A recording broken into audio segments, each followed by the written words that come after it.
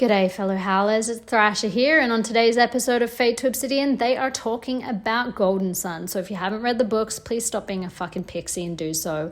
Today's episode will also contain sex, violence, and coarse language, so viewer discretion is advised. I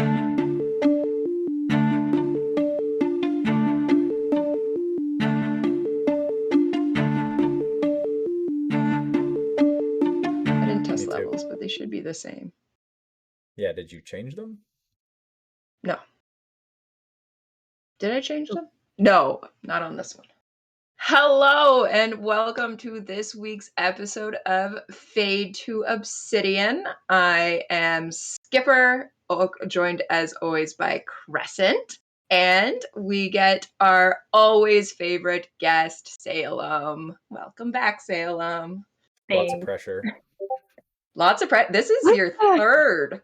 No one else has even shown up twice, and this is your third episode with us. Well, the second one was a spitball, so I mean, that's true. That's true. Yeah, it's just, like you an just didn't official leave one after the one before. Oh, yeah, it's just a continuation. It's fine.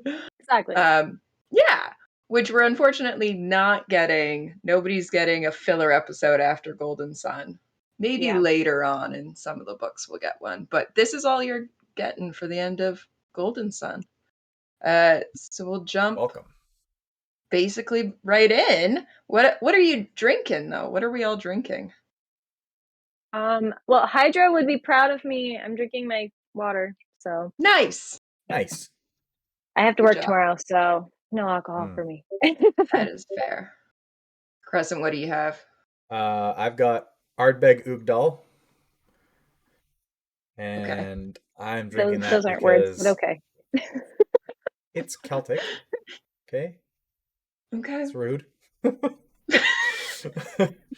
I'm drinking it because I absolutely love it, and when it's done, I'm devastated, just like this book. Aww.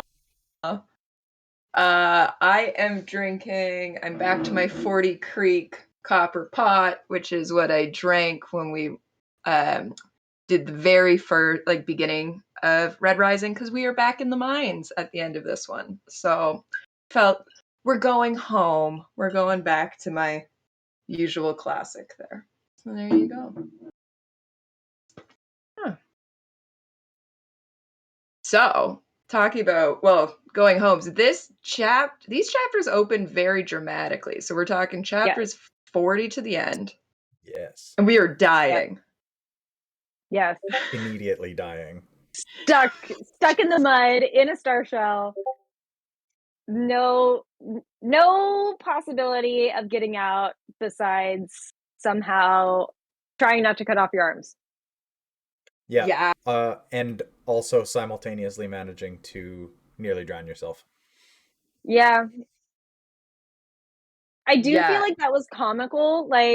He's just so Darrow's stuck in the mud. He's stuck in his star shell, and he is so desperate to get out because he's gonna run out of air. Doesn't even think that he's I don't even know how far deep underwater, and he just starts hacking away at himself and realizes, oh no, there goes all of my air, and now I'm full of water. Yep. Yeah. Typical Darrow, thinking 0 steps ahead.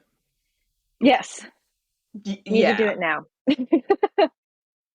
But to be fair, I feel like when you're panicked and nearly drowning, you're not necessarily thinking. There's no thought. Just do. Yeah, which I do. I will give, I would say, for this, full props to Pierce in his writing of each stage of this is written so differently of that manic, oh my God, I'm going to die. And then, no, I've got a plan. We're going to get through this. And then back to the nope, I'm going to die. And you go back to the short sentences. It is, I think, I haven't really been in that position, but what I would imagine, that just panic is. It's just such good writing that you are feeling it while you're reading it. Yeah, I do enjoy, and you can kind of see it even between Red Rising and Golden Sun, just how the writing changes as Darrow changes. And I don't know if that's necessarily something that Pierce planned, or if that is something that it came with more writing and more publishing skill. But it does kind of coincide with his character development.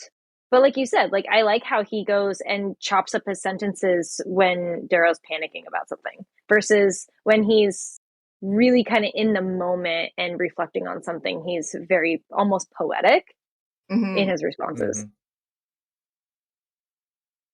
Yeah, for sure. I really like in this section, it kind of parallels the drill scene. Yeah. In Red Rising. And he even talks about how the sling blade will save your life for the price of a limb. Yep. But he does say, like, my hands are still steady even when I'm panicking. I wish mine were. And, right? I know, right? Mine do not. No. No. But yeah, because he manages to, how fast of a movement to like faster flick than a it so tongue that of fire. Yeah, that like you got to get it from around your arm to like, oh God. Yeah. Yeah, I like every time I hear that, I like try to move my thumb fast enough to like to be like, how fast does it have to be? I feel like I have too much to carpal toggle tunnel. it. Yeah. Yes, exactly. The arthritis. Yeah. Also, can we talk about how Darrow is 20, 21? Yeah. And this, Yeah. like, and he's taking over worlds. Yeah, and he's conquering a planet. Yeah. Yeah. It's like, oh yeah, when I was 20, I had a job. Yeah. Like, went to school. Yeah. I for sure felt that this time around. I don't know if I didn't really as much pick it up in previous read-throughs, but this time around I'm like, why are the adults just like instantly listening to him? And like, you've got a full fleet, you've got everyone there, and he's just like, yeah, Roke, also a 20-year-old, be in charge of everything, which then later we find out they call him, what is it, Nelson reincarnated. Yeah. And it's like there was nobody else. No other adult said, "Hey, I've done this before." We just gave it to a bunch of 20-year-olds. We're gonna let the next generation do it. It's fine. They got this. It's all good.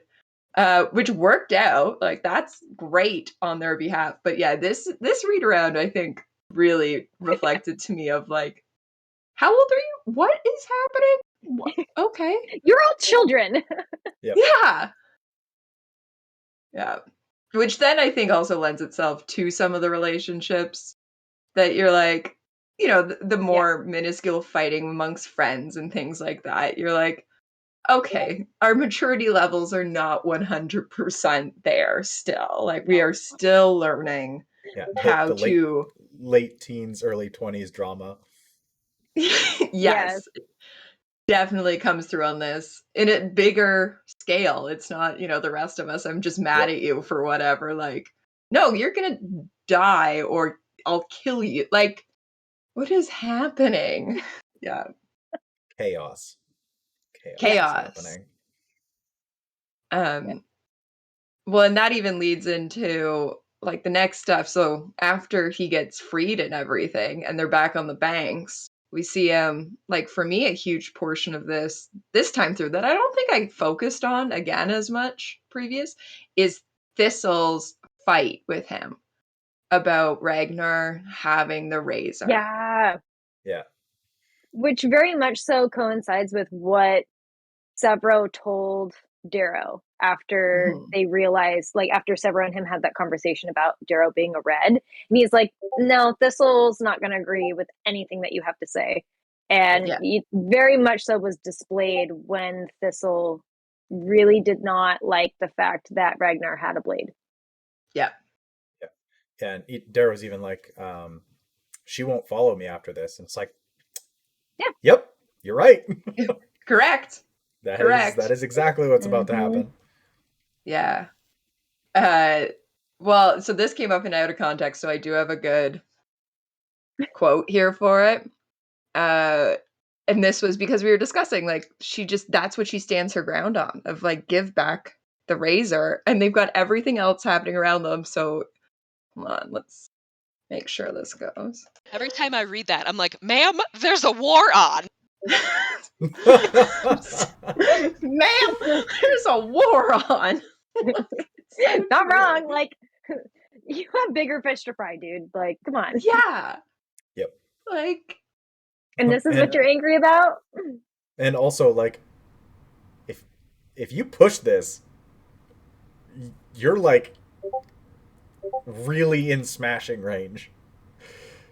Like, you're trying to fight Ragnar, who is holding a razor, and is within stabbing distance of you. Like, well, and she, well, in comparison, because Thistle's part of like the low reds, right? Like, or not low reds, low golds, and low drafts, and dreads, so she's small, right? Like, so literally, you are much smaller than this like mountain of a man, and you are deciding to pick a fight on that.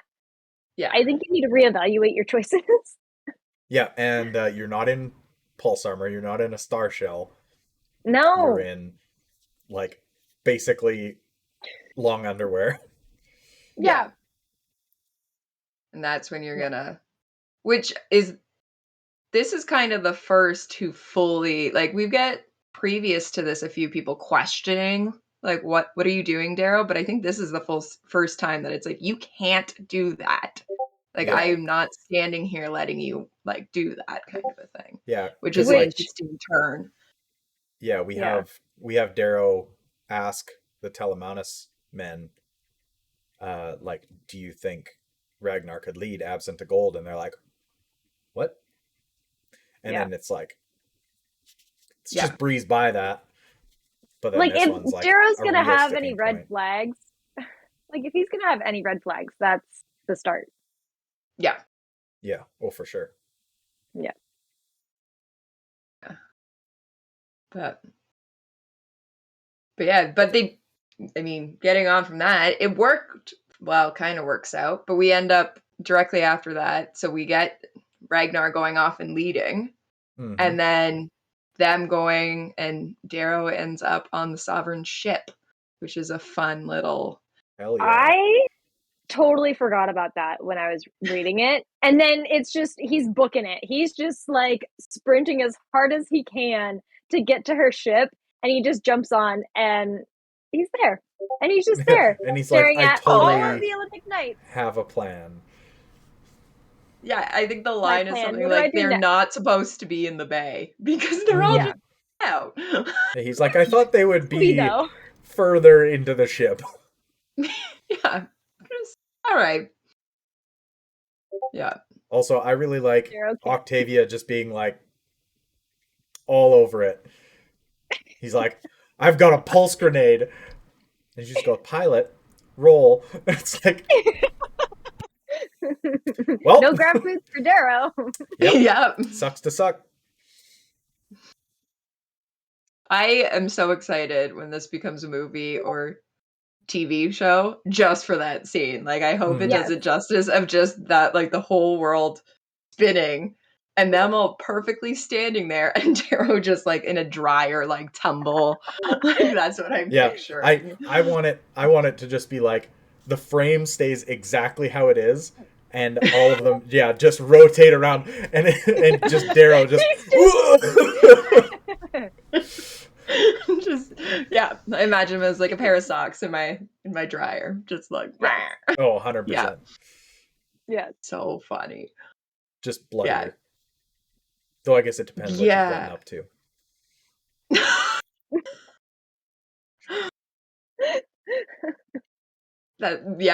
I guess so. But in that scene, Darrow's trying to be big bad dude, and Fitchner is reveals himself in there. Yes. Well, we get Fitchner kind of originally slips up trying to defend him too much. Yeah. And that's when the Sovereign's like, What's happening You here? should What's kill him. happening here? Yeah, how about you kill him?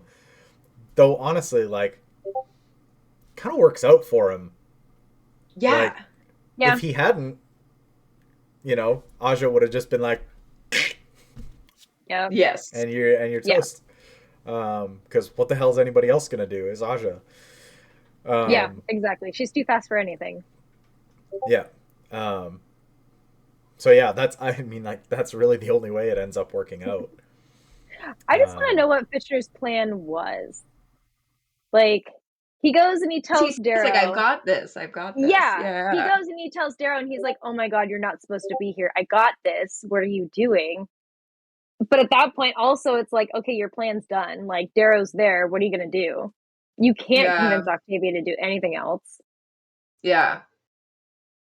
Yeah. Well, like, he pretty much says it to Darrow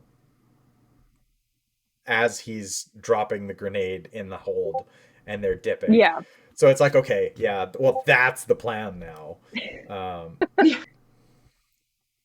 But yeah, curious to know how it would have gone down if Darrow takes the jump and just like whiffs on getting into the cargo bay. It's like, oh well, fuck. Yep. What do you do now? Yeah. Exactly. Yeah, it would be interesting to, I don't know.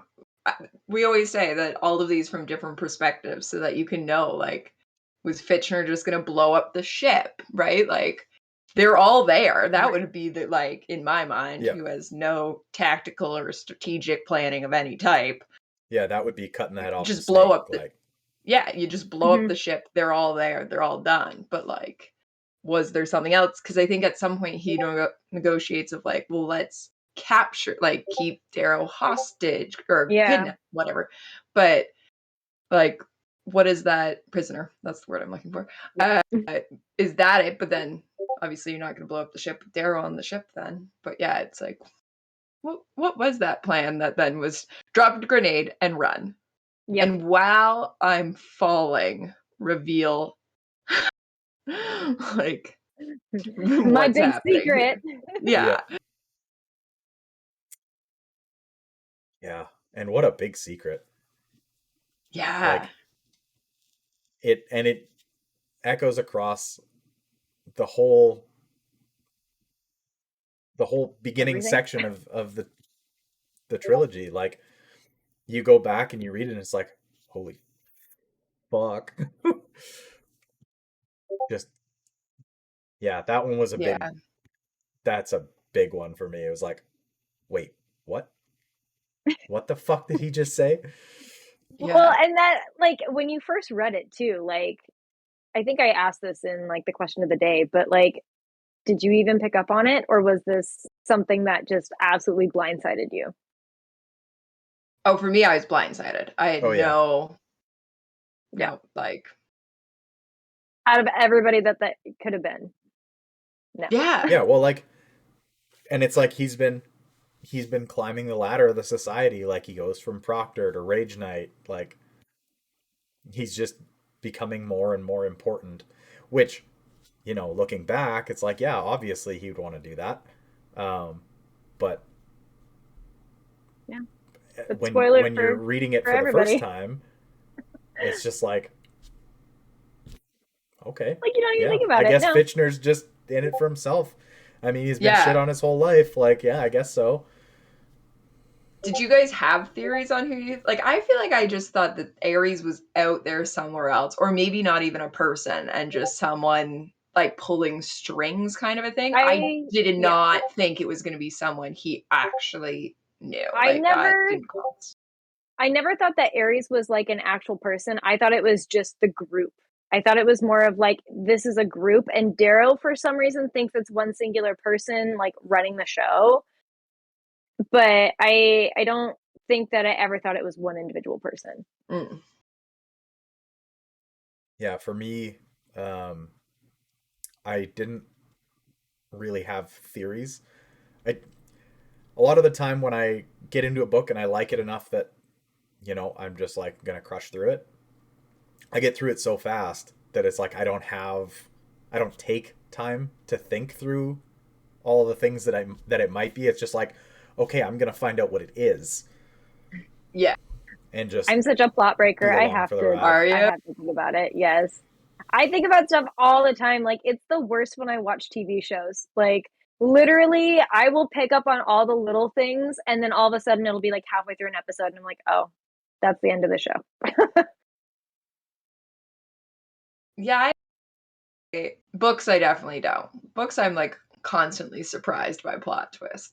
TV and movies, I feel like might every once in a while, but they're a little more predictable, I think, versus books. But books, I don't ever. I know some people have, like, in the den have some like wild theories that I'm like is mind blowing to me. That I'm like, what? Or like, and they're like, well, I look never at even this. thought of This. it. Yeah, they're Charlie's map. Yeah, yeah, it's the Post-it notes. That's a recurring theme. Yeah, we always go back to the Post-it notes. Yeah, it's crazy what people can pick up on, and like now I feel like I'm seeing that, and it'll be interesting now reading Lightbringer, because we've been so in the den hardcore looking at like, well, this could happen here and this could happen here, that I feel like now in Lightbringer I'm going to read it and be like, where are we going, rather than the rest. It was like, oh, I don't know, I'm just reading it. Like, right. I'm going to be very honest with myself. I'm going to read it way too fast to have any sort of insight. Yeah. I know who I am. Read through once and then revisit. Oh, absolutely. Yeah. Oh, yeah. Yeah. Yeah. But also, I'm really excited for literally none of the theories to be right. Oh, I'm so excited. Oh, yeah. It'll be interesting to see how it just like rips apart all of our thoughts. Oh, yeah. Yeah. Yeah. Yeah, because I don't. That's the thing with Pierce, is we can almost never guess anything that he's doing. Which he I think doesn't is even what know makes what it he's so doing good. half the time. Yeah, that's it. He just pantses it all the time. He just pantses, which makes it brilliant. That then you're like, oh, that is what naturally would occur, but like it didn't have to be set up. It just occurred. Yeah. Also, do you want to explain that term for people who are like me and had no idea what it meant before I heard it on here? Oh, I was like, what term? Pantsing. Yeah, pantsing is when you fly by the seat of your pants and you literally. Okay, so when it comes to writing, there are people that are pantsers, and then there are people that are plotters. And plotters will literally outline every single thing and probably write like different chunks so that they can get to the point of their plot. Pantsers don't do that. And I have heard Pierce in interviews literally say he will write from beginning to end. He doesn't chunk it up into different stuff. He literally just goes from beginning to end and he pantses it the entire way. Yeah. So what you're saying is we need to buy him some sort of like Kevlar lined jeans, so all the friction will just not ruin his pants. Exactly. He's sledding down the hill. He might need some new pants. Yeah. There's a very good interview between him and V.E. Schwab, who is notoriously one of the biggest plotters in the book industry. Yes. And he's the biggest pantser, and he spends the whole time talking, and you can just see she's going into cardiac arrest. I think she literally says at one point, she's like, oh my God, stop. You're going to give me a panic attack. Yeah. Because he's like, I don't know. If I, like, my characters end up at a cliff, I have to just figure out how to get around the cliff. And what would my characters do? Yeah, it's fine. And she's like, what are you talking about? I think like him saying that he writes from point A to point B literally blew her mind. Like, I think that's the thing I took away from that. She was just like, there's no way you do that. And he's like, yeah, I do. It's fine. It's fine. Yeah. So it's which is fascinating now that we're heading into 6 of 7, that it's like, what does that then, how many tied loose ends do you get to in book 7 that you have to then tie them all up? Yeah. Like, so it'll be be interesting. But back to Golden yeah, Sun. anyways, back to the second book. Second book. Where are we? What are we doing? Ares has been revealed as Fitchner. Mm-hmm. We have, and we are. A little late. It's fine. Yeah. We're falling from the sky. Darrow is on death's door. We didn't even touch on Darrow just like unceremoniously kills the shit out of Karnas. Oh, yeah. He literally just comes up there and Karnas comes after him? Yeah, Karnas basically pushes Aja out of the way. Oh, and it's like, I'm killing Darrow. And Darrow's like, are you though?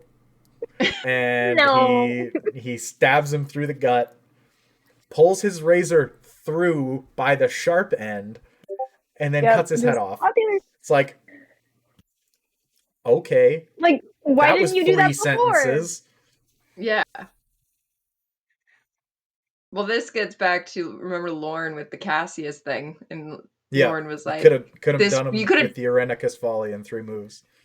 Yeah, and this is now Darrow's like, I'm not playing showman anymore. Like, you're done. Moving on. Who else wants a piece of me? Yep. Kind of tired of everybody's shit. So. Yeah. Which especially I don't blame him. Yes. Also, like, Karnas is the biggest bully. Yeah. Out of them all. And it's just like, oh my God, can we stop with this blood feud? Like, I understand.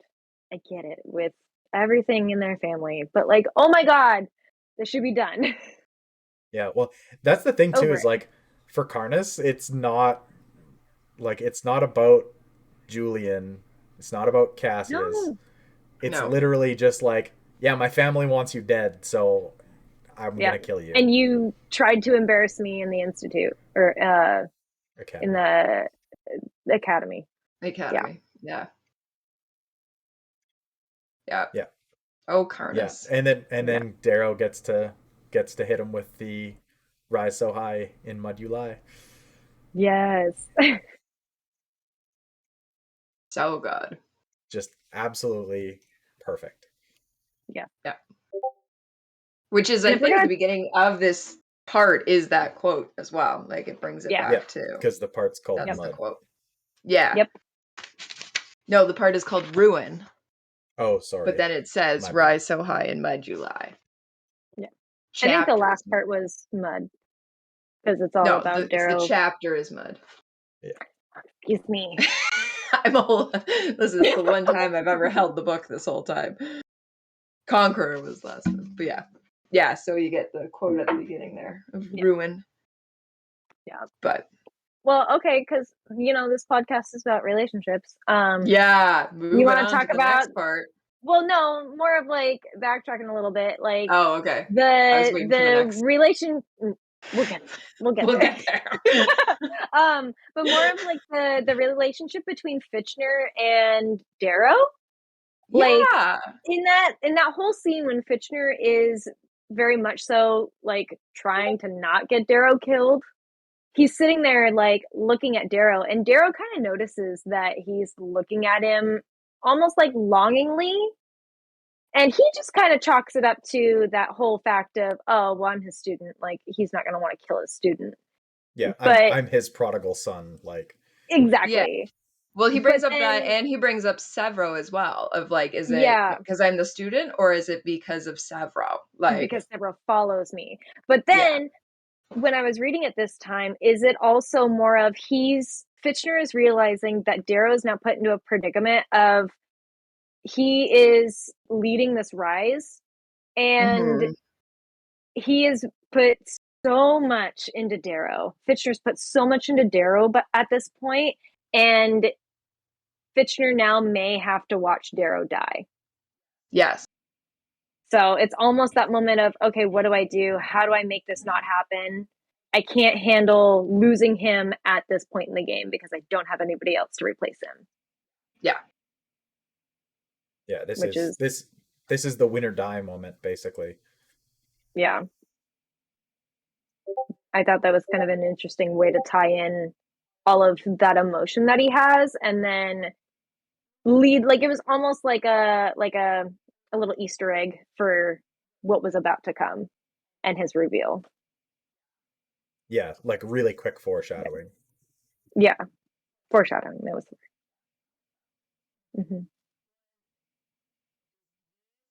The part, or is it after when we're seeing him with Sever, where he says about like, you weren't my only plan, but you were the one that was the best? It's definitely not while they're flying away from It's not the this part. ship. No. Never No, mind. I think it's after. Yeah, Darrow is not in a any state in of a he doesn't place even know what's happening. Yeah, No. he thinks Fitchner is Nerl. Yeah, he thinks. Yep. Yeah. Yep.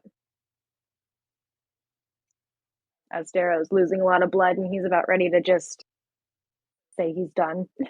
Yeah. Seriously. Actually, that was after he said he was done. Because he's like, you know, there's no way I'm getting out of this. Like, I'm kneeling, basically naked, weaponless, on the floor of a shuttle, like faced by two of the deadliest people in the society. Like, yeah, he's like, well, yeah, I'm like, okay, this is it.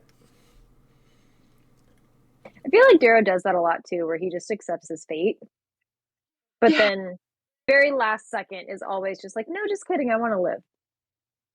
Yeah, that's very true. The rage bubbles up again. Well, I feel like for him, like it's that live for something more. So is it like he needs either that person or that thing that it's like, I'm not just doing this for myself, right? Like he focuses on like, no, EO's dream, or, you know, live for Mustang, or whatever that moment is. That's where he seems to like focus his energy on, that like there is more out there. So good job, EO, you did your work there. Yeah. You created a weapon. Yes, that's yeah.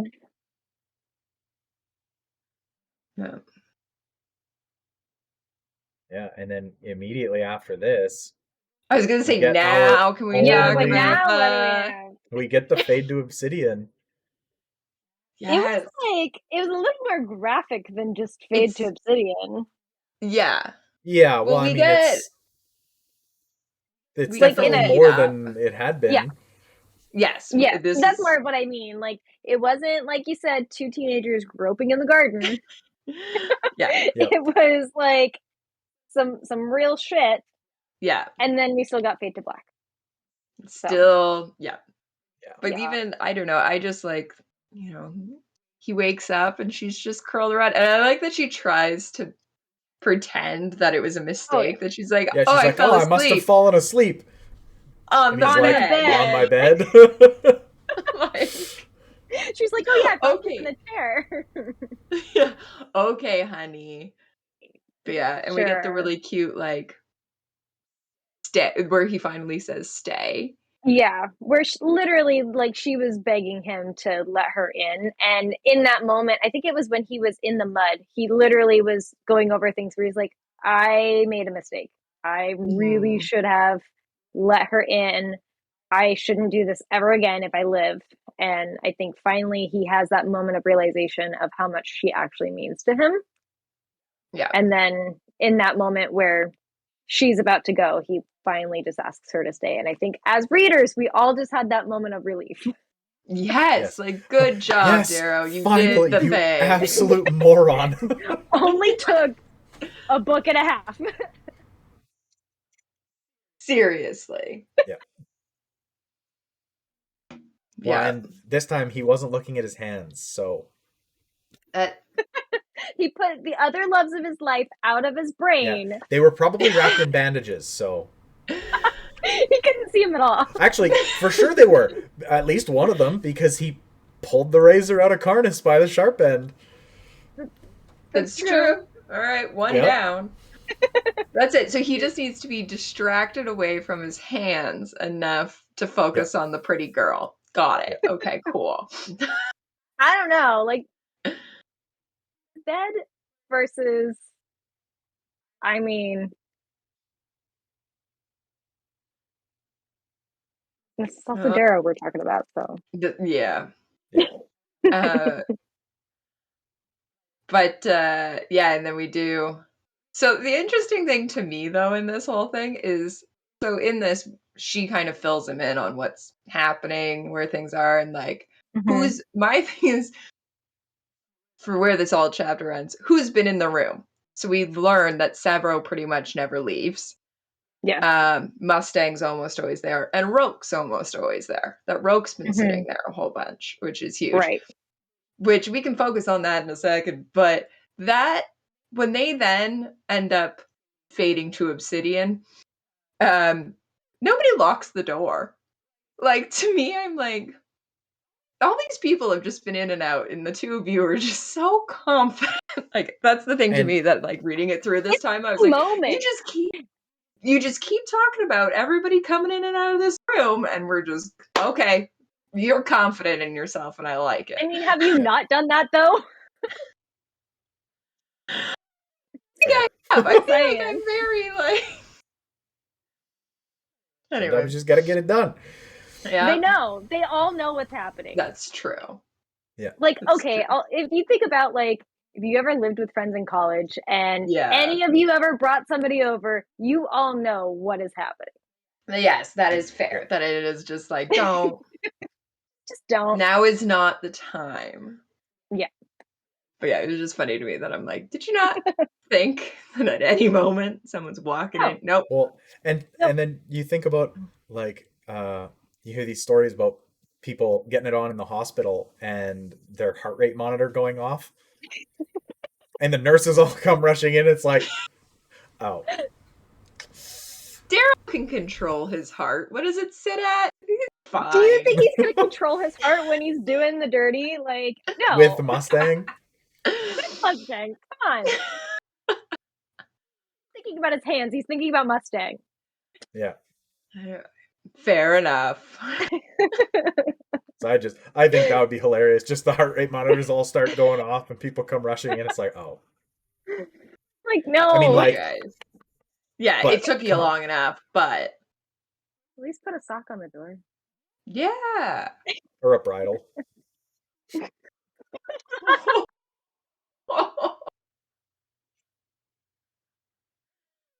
Wow. Sorry, guys, I killed Salem.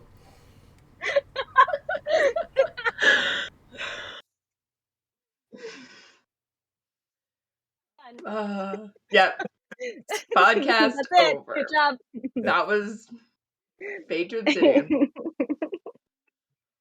Yeah, we do get slightly more graphic this time. We get to learn that she pretty much pushes herself on him, which, like, you get it, girl. Yeah. Yeah. I mean, that's incorrect. And then he just rips her clothes in half. Yes! Like they're paper. Like wet paper? Yeah. He just...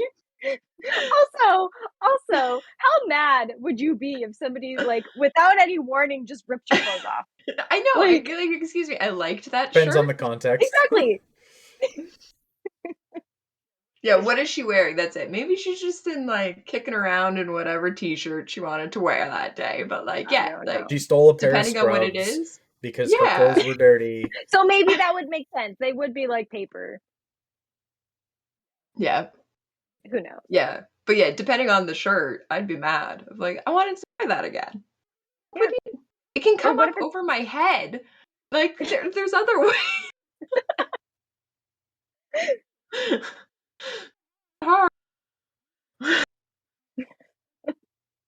No, he just needs to prove how strong he is. Which does mean that I think both of his hands are... Yeah, I was going to say that does mean both his hands are working, unless he's like magic. Who knows? Who knows? Well, okay, with Carver's, who's to say that his hand wasn't ready to go after ripping the sword out? That's true. Yeah. Well, yeah, and he had been...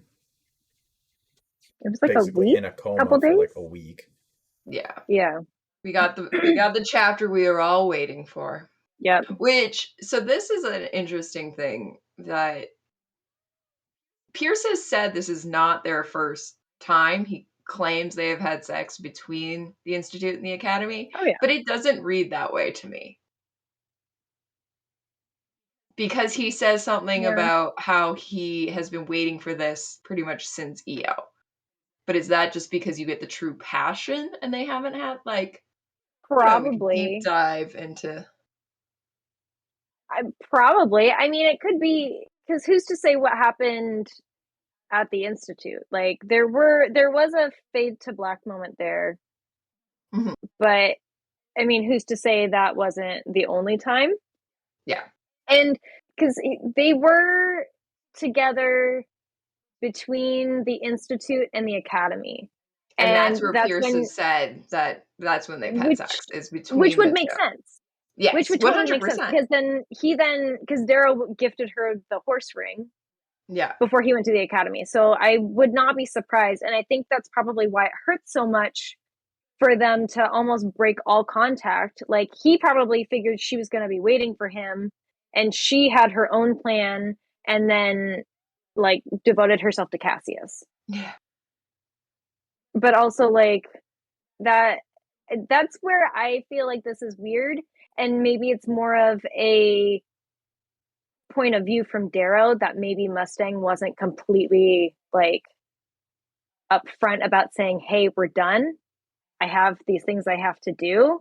Yeah. Because, like, that would be like your boyfriend going to college and you staying at home, and you guys don't really communicate because, like, something's happening, and then all of a sudden you're dating somebody else. Yeah. It's almost the Ross... the two things that popped in my head, pop culture-wise, are the Ross and Rachel, we were on a break. Yeah. And the scene in Bring It On, where she's still in high school and goes to visit her college boyfriend, and he's sleeping with somebody else in the dorm. Those are things that in my mind was like, yep. Like, okay. You're missing some communication here of what stage are we on in this? Yeah. And now we've tried to patch it up multiple times. I would say Mustang tried to patch it up multiple times. Oh, yeah. And they finally put the flex seal on it. Yeah. Well, Pam. Yeah. Gotta plug that hole. Finally, Darrow's. Yeah. Well. You've been hanging out in comms too much, dude. Rose Garden, maybe. Oh, that's where you've been hiding. Okay. Oh, wondered. Yeah.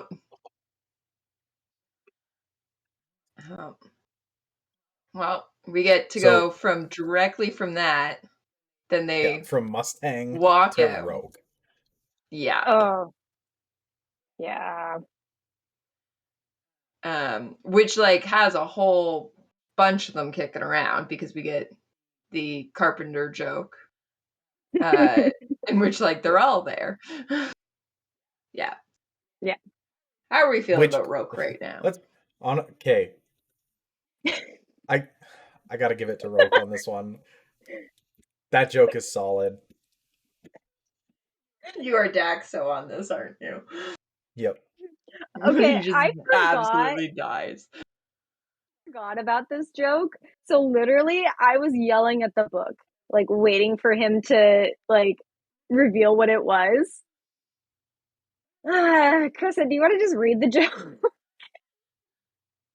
Or say it? Who was the first I feel like Carpenter? you'd say better. It's Eve. Because she made Adam's banana stand.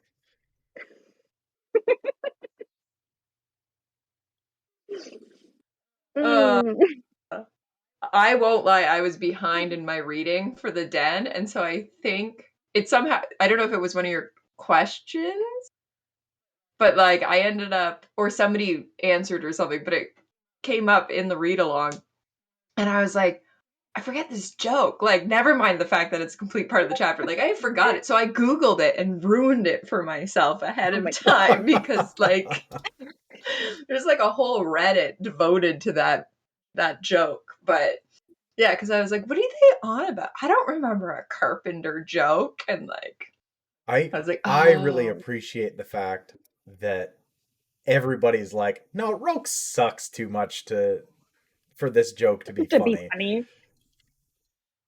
Yeah. Literally It's like, every it's single a person in history that joke, room. right? It's like, No. You people are all me. Yeah. Mm-hmm. It's like, yeah, Roke, you're not funny. And then No. fuck, it turns out he is. The one time. The one redeeming quality just before the end. Yep. Which someone in out of context, and I didn't pull it, but someone in out of context brought up that this is kind of one of the last. It's the real connection we see to Roke being Judas.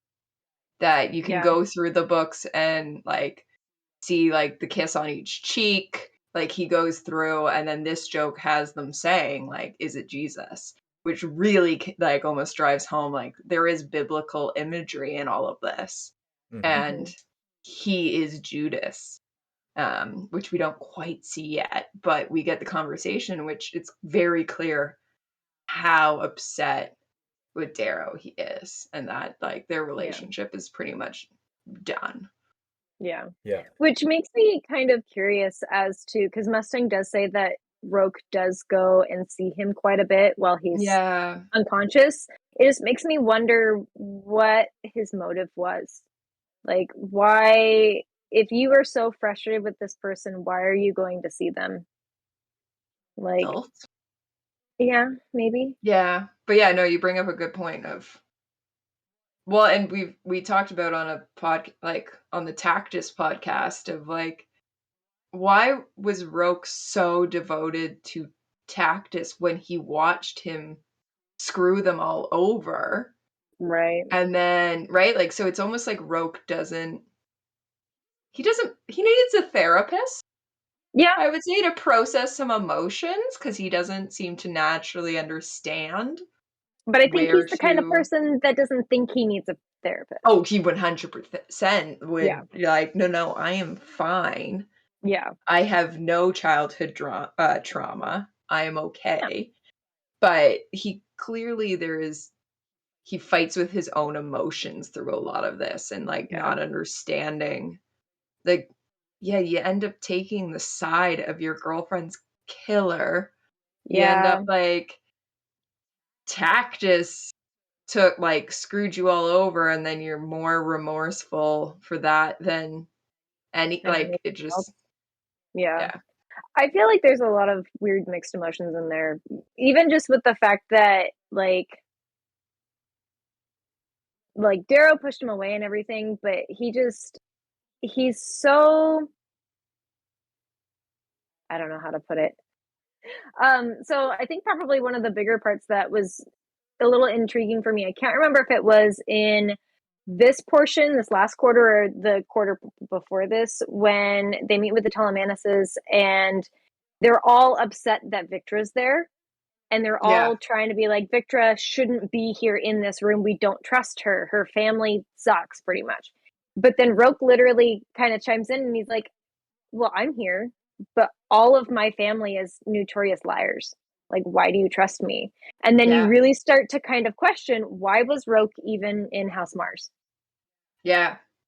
And so I think he has his own kind of rage, which we do start to see, that really starts to show when you get on his bad side, he burns bridges. Yeah. The anger of a quiet man. Yes. Yes. This conversation is actually the first time we see Roke refer to the friendship in a past tense as well. Right. Oh, yeah. So he said, I didn't mind that it was always about you, Darrow. That was what burned Tactus, but not me. I'm not in love with you like Mustang. I don't worship you like Severo or the Howlers. I was a true friend. Not I am a true friend. Because the other one, they're in first person. Or like they're in, present tense. Yeah. He's already given up on him at this point. Yeah. And which is also kind of a burn to Severo of I was the true friend. Severo worships you. Yeah. Yeah. Like, fuck you are. Yeah, like, no, Severo's the true friend. How self-centered do you have to be like, I was your true friend? Like, I was your best friend? And it's like, no, not if you're going to say it like that. Yeah. Yep. It's like when you have, I feel like there's a stage when you're, I don't know, 14 or 15 and your best friend can't have a best friend. Like, you are the best friend. And if they talk your to best friend someone has too to much, be like, your best friend as well. Exactly. Like, that's what this Or you feels have to like. be Like, your best friend's best friend. Yeah. like it was us. Yeah. It wasn't them. It was us. Like, oh, It's was so it? catty. It's so dumb. Yeah. Yeah. Roke being Yeah. catty and dumb? Okay, so now I'm thinking about it. Roke is the pick-me girl. He totally Scarlet is. is I'm gonna like the other. shit I'm when she not like comes them. on. Oh, that is Scarlet, don't leave the den because of that, please.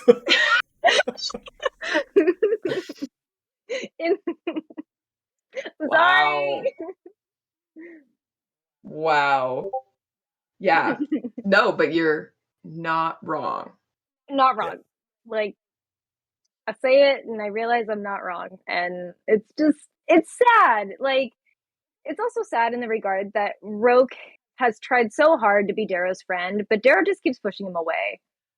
Yeah. And I don't know if that's like literally just timing or if it's more of maybe synonymous with that idea of you kind of lose those first friendships that you really make sometimes. Yeah. Like, and that kind of goes back to like Nero in the beginning being like, well, you made these friends at the Institute. Like, they're not going to stick around forever. Right. And there are some that will. And I think we all kind of go through those stages in life. And it's, oh, absolutely. I think in this portion and just with the way that this story plays out, it's just a more elevated version of what we all experience in life, which sucks. Yeah. And it just sucks that they all have political power. Yeah, make a mess that there's real consequences to it. Yeah.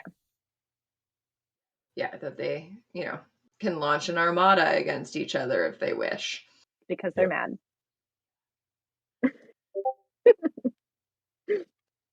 That's a scary thought. Like, well, it goes back to what we were saying earlier of 20-year-olds suddenly, instead of like, I'm not talking to you, it's I'm going to launch an armada. Mm-hmm. Like, I'm going to take your spaceship. Yeah.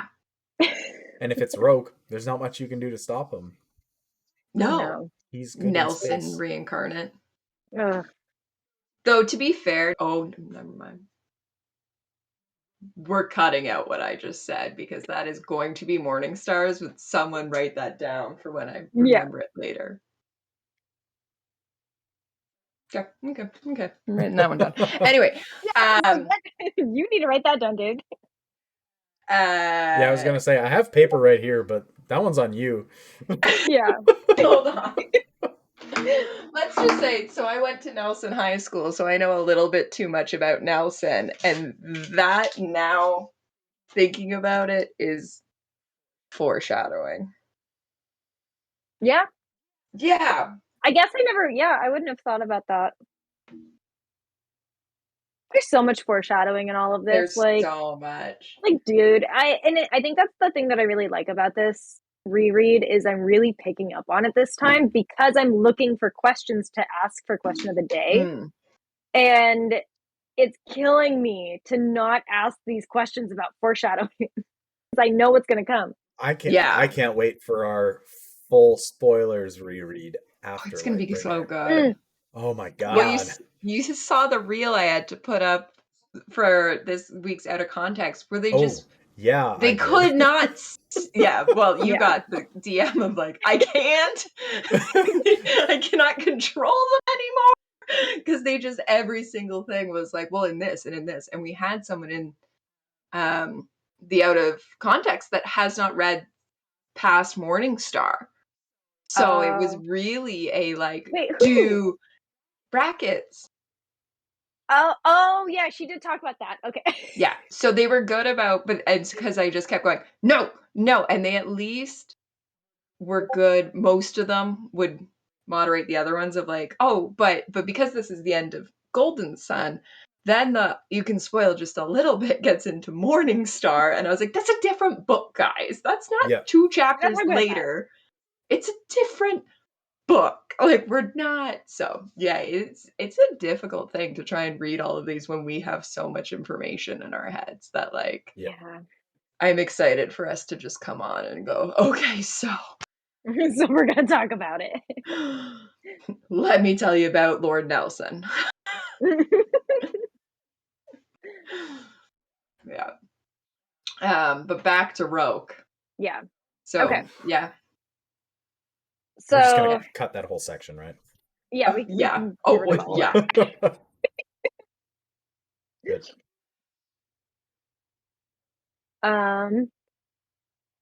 Is there really anything else to talk about Roke? Because I feel like they don't No. really ever get much of a like after that. There's not much because Darrow tries to talk to Roke. Yeah, well, And that's where Roke says friendships take minutes to make, moments to break, and years to rebuild. Yes. And it's like, are we gonna get years? Well, and even then, like, what is, because Roke is such the poet, like, is there even, do you think in his mind that he is going to allow Darrow try to rebuild this relationship? Like, or is he more saying that to save face? Like, at this point, he's done and gone. He's done. Like, yeah, he's been done. Yeah. But they kind of so their conversation gets cut off because Severo then comes running in, being like, "We have an emergency." Yeah. Because the jackal has the sons of Ares. Yeah, the only 3 that matter. That's it. Yeah, I was the like, only there's one. no one else. We don't know about anybody else. Okay, but that's also based off of how much Darrow knows, and then yet nobody tells Darrow anything. So true. Darrow's just shooting in the dark. This is true. But I just like, it's like the pink, the violet, the red, as if those are the only 3 in all of Sons of Ares. Yet they've somehow gone to Venus at this point, but it's the 3 that matter. Yeah. We get to go to the jackal's estate. Victor just hanging out there trying to ski. That's my favorite. Yeah. Victor's just like, they there, still like, ski. You want to go That's skiing? Neat. No snowboarding, though. What's your opinion on that one, Crescent? That there's no Disagree. snowboarding, there's only skiing. Well, at least in high society. You don't need to just sit on the ground. I will fight you on this. Hey, man. It's not my fault you need to be lame to have fun. What? I gotta go fast, man. I can just... Yeah. Not me thinking about buying skis while I was snowboarding this year. I was the only one of my friends that was snowboarding. So they had to wait for you the whole time to put your bindings on? Only briefly. I mean, some people don't necessarily always bind the 1 foot, so... I can't say anything in this. I've gone snowboarding 3 times in my life and probably nearly died all 3 times. And skiing once. The whole point. But I was really good at skiing. At least, Crescent, when you snowboard, you don't have to worry about your skis popping off and then having to go chase your skis. That's true. That is a terrifying thought. It's so bad. I have wiped out so many times, and then my ski just goes boop. And then I'm like, okay, well, it's going down the mountain. So what, you have to just 1 foot ski down the... Yep. Yeah. Or you take the one off and then you walk down and go get it. Wow. Or you boot ski. All right. What? This is why I. Or you This boot is why ski. I boot ski. Oh yeah, you could boot Oh. ski. Yeah, you just Not kind of anymore though. slide. They've with grip walk. Oh yeah. Okay. Anyways, This is why I Tangents. summer sports and not winter sports. I wonder what Victor's opinion on all of this is. I'm just Okay, I'm this just thinking question. like how wild of skiers would they be? It's like they're Oh like yeah. beyond peak human. It's like Jesus Christ. Like, how fast do you think they go? Like, Well, the speed isn't the thing though. yeah. Because like, Or is it the finesse? I think it's just like the feats of athleticism they would be capable of. Because like going fast doesn't like take skill, dropping really. thing. Are they going to do the thing where you just like go off a cliff and then? Oh, do the backcountry. My cousin does that. Yeah, Yeah. I can see that. Because like I can see that. Well, they're in where like 1/3 instead grav of too. yeah, and like I'm just thinking that instead of like you can now at this point probably go to the top of a mountain. You're not reliant necessarily on chairlifts, but you can do what Well, like I mean, you know you how can do people that. You can do that helicopter now. stuff. Yeah. Yeah, with a Yeah, helicopter. Like I'm just heli-ski picturing or that. cat ski. Yeah. Well, and also they're all gold, so like they have literally everything at their disposal. So Yep. they could heli-ski. They Yeah. could just have grav boots that are lightweight enough just have that they can grav throw in a ski boots. backpack. Yeah, exactly. Wow. Futuristic ski resorts, people. I will still be in the chalet. Thank you. See you there. Getting a little pre-après. Yeah. But yeah, so then we get Darrow giving the gifts to Adrius and Victra. Yes. Yep.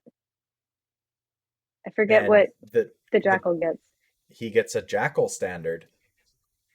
Oh, and he's that's like, right. this is the first time somebody's gotten me something that's not lions. Yeah. And that he thinks is actually cool. Yeah. Yeah. What does Victor And get? then The rage? the bottle of petrichor. Oh, right. Mm-hmm. Yeah. Which she is also very excited about. Yep. Yeah. Good gift giver. And rightly good so. Job, Darrow. Good smell. Was it Darrow who did it, or do we think Theodora is working in the background and actually did it? And no, because Darrow talks about all the time, like, it's important to know the people who work for you, basically. Yeah. And I think he kind of learned that from the Institute, where he's like, if I don't pay attention to these people, they're not going to follow me. And then in turn, he's just made friends. Yeah. Yep. Fair. Yeah. So he's a good gift giver. Good job, Darrow. Yeah. Yep. And Mustang's got her ring. Mm-hmm. Do we know if he's given anything to Severo other than an eyeball? That was Mustang. He didn't. I was gonna say he didn't even really give the, and I don't even think Mustang gets to give the eyeball. She let him pick it up off the floor. Yeah. I don't know if that counts as gift giving. I don't know. To Severo, it probably counts. Severo, yeah, that's what I was gonna say. In Severo's eyes. Truly, in Severo's eyes. Eyeballs. Yeah, Severo's probably got a whole bunch of knives from Darrow, just like every time. That's like, true. and here's a new knife, and here's a new knife. Mm-hmm.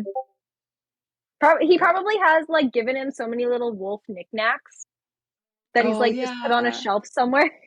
Yeah, like the little granite wolf that Dram sent me. Yeah. Yes. Yeah, I can see Severo being a collector. You're a real one for that.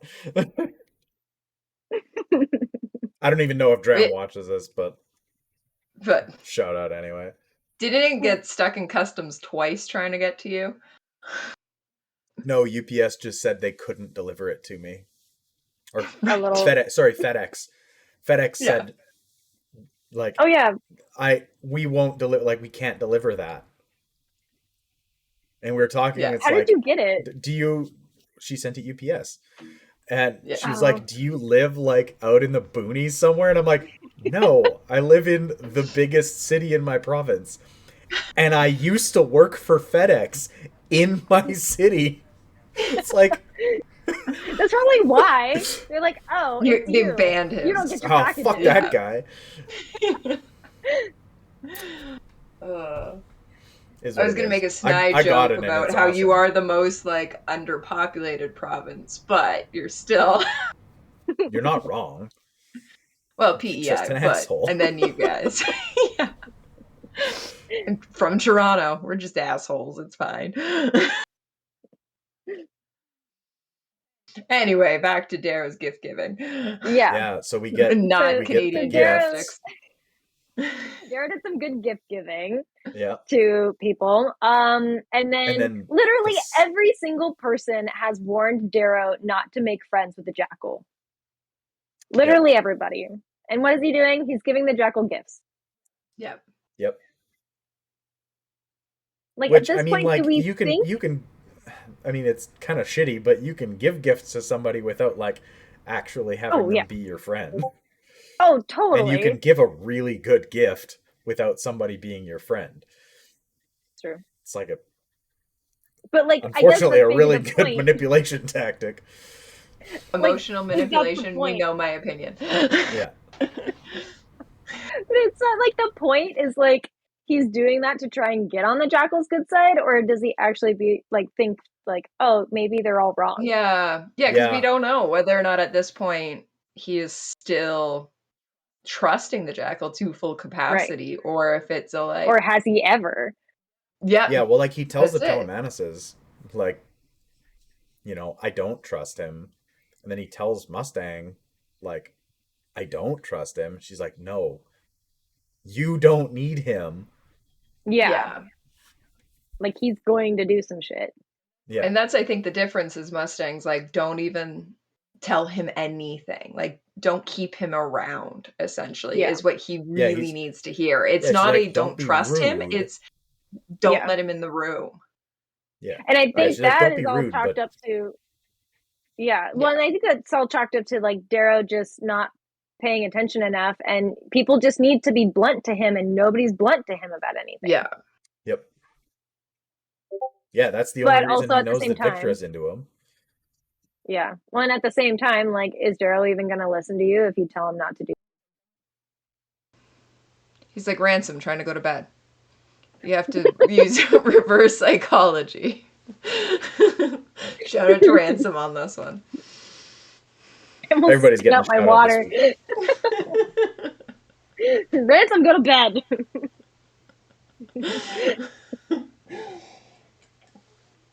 Yeah. And then we get the Sunsberries infiltrating. Yeah. Yes. And it's all a grand ruse. Yeah. Yeah. And we find out how they got past the scanners, just hanging on the belly of Darrow's ship.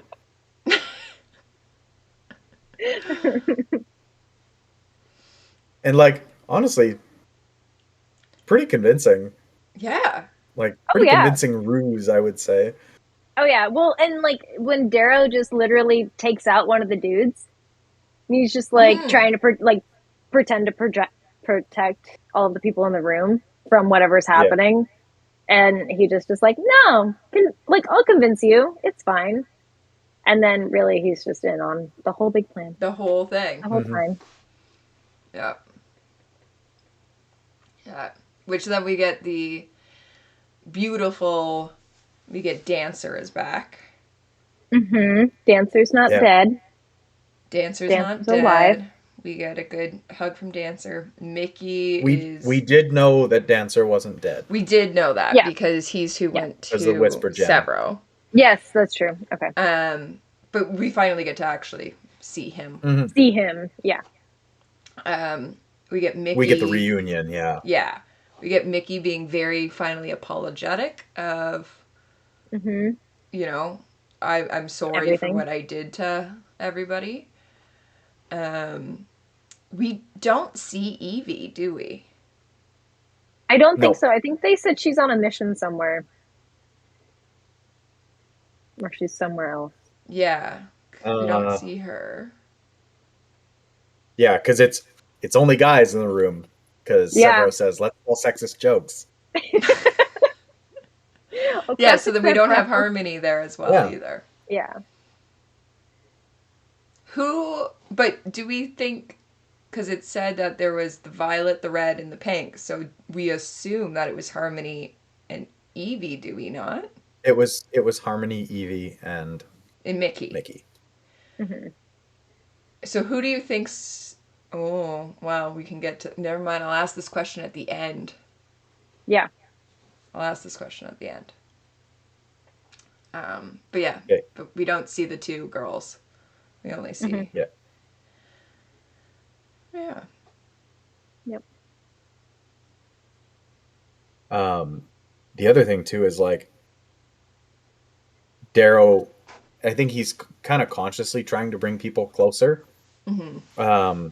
Yeah. Because like Mickey is crying, and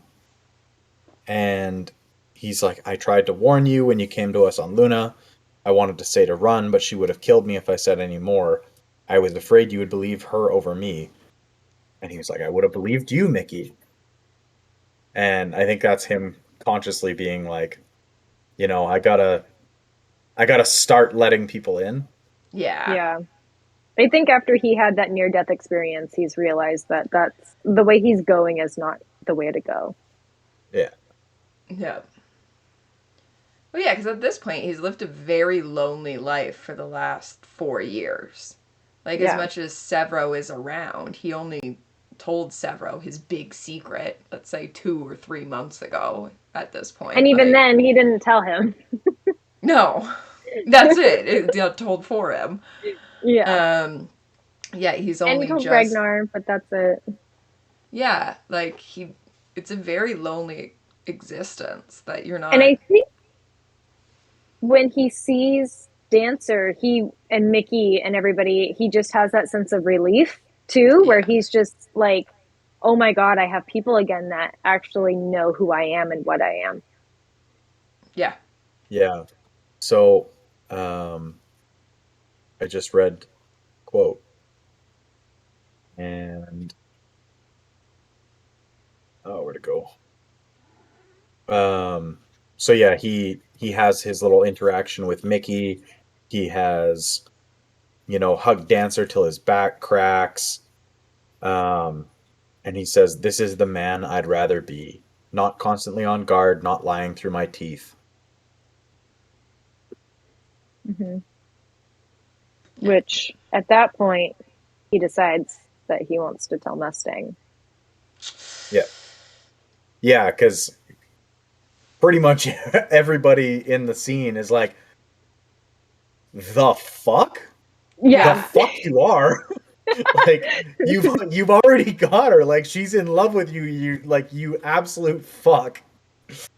But also, I understand from their point of view where they're just like, for sure. You really want to do that? But then from Darrow's point of view, it's like, okay, well, if I love her, I want to tell her everything. Yes.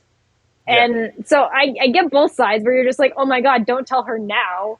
But at the same time, it's also like, okay, why not tell her now? Yeah. And he says, like, if Mustang can't change, like, it's all fucked. Yeah. Like, we're done here. Like, if Mustang can't change, nobody can. Yeah. And there's no point. Yeah. Which, yeah, especially because she's done the research. That's not just him, you know, slowly making her fall in love with him. Or not so slowly. But she's the one who, like, she's clearly already on that track of mind. Of, like, and she what's has happening. been almost from the beginning. Like, she literally has been on that from the beginning because she hummed Eo's song, and then she now did research on Luna. That was the whole reason she went there, is so that she could publish these articles on, like, sociological standards and why they're even there. So she's definitely finding ways to break the trend, but without her support, yeah, totally. Like, if you can't have somebody like that turn to your side, then what's the point? Yeah. Yeah. Well, and like her even says, like, while they're at the Institute, like Mustang's plan is Eo's dream. Yeah. Mm-hmm. Like, you know, you don't have people in servitude to you, you have people in partnership to you. Yeah. Because otherwise it's just yeah, so not. It made sense to me of why you would tell her. Mm-hmm. I don't, and we'll get into this in a moment, I don't necessarily agree with how he did it, but No, I think we talked about that a lot in the den. I don't think any of us did. no. It's typical Darrow. Yeah. Yeah. Good But thought, poor execution. yeah. Because what we get to see is him go home first. So even before he tells her, we get the heart wrenching. Okay, well, not even the heart wrenching. We get him hanging out with the Greys and pushing around like, Ugly oh. Dan. Yep. Yeah. And I think at this point finally comes full circle. Yeah. At this point he's got, you know, he still clearly hates the Greys, but I think understands of like they're just doing their job almost. Like Yeah. But then he lays it into the copper. Yeah. Yes, the copper does not. Well, yeah, the copper is trying to like impress him so much with his special Soto cheese. Tenere cheese. And it's like you're not part of high society. Like, you are not the Marco Polo. Like, you're literally below ground, dude. Yeah. And No. he's he talks about going to like a hotel, and Darrow's like, no, it's probably a whorehouse on the edge of the taiga. Like, he is rough. Yeah. I thought it was interesting too how Darrow's perspective changed versus how he saw them all as a red, and then now he goes back and he's like, oh, you're not that scary. Like, you were a poor sad little man. Yeah. I mean, to be fair, like, yeah, he went from like mid 5 foot, like he went from Salem size to 7 feet tall. And yeah, I can see why these people wouldn't be so scary, and he's the god of war incarnate, basically. Yeah. But we also get this chapter actually kicks off with him in the garden and what would have been them groping in the grass, and then the grave. You get that. Well, and he says, like, she's not actually there. I know they would have dug her up. Like, you get that kind of sad. So you understand that then he's talking to this copper and laying it into him because he's going through a lot of emotions like this. Mm-hmm. Like, I think the nice thing is that Eo's grave is now like just a bunch of hemathus flowers. Yeah. And he was like, I would think it a sign or whatever if I didn't bury one with her, a flower bud with her. Yeah. It's kind of nice. It's a little call to her. And and I think he kind of he's like, yeah, I kind of came here for her blessing, but she's not here anymore. No. And it's almost like he finally has that realization that she's not around. Like, he's kind of held her like close this entire time, but him finally going back and seeing, he's really realizing, like, no, she really is gone. Like, he's finally going through those moments of grief, like towards the end of acceptance. Yeah. Which will be interesting, I feel like, during Morningstar. Now that you're saying that, I feel like I need to read through in that perspective, because everything he's done leading to this point, especially around Mustang, our Fade to Obsidian moment this time around, where he's finally letting Mustang in. He says, I haven't had this type of, like, I didn't think I could have this again since EO died. So he's still even in that moment, even though it's like, hey, I no longer have the guilt, but I'm still in that little instance thinking of her.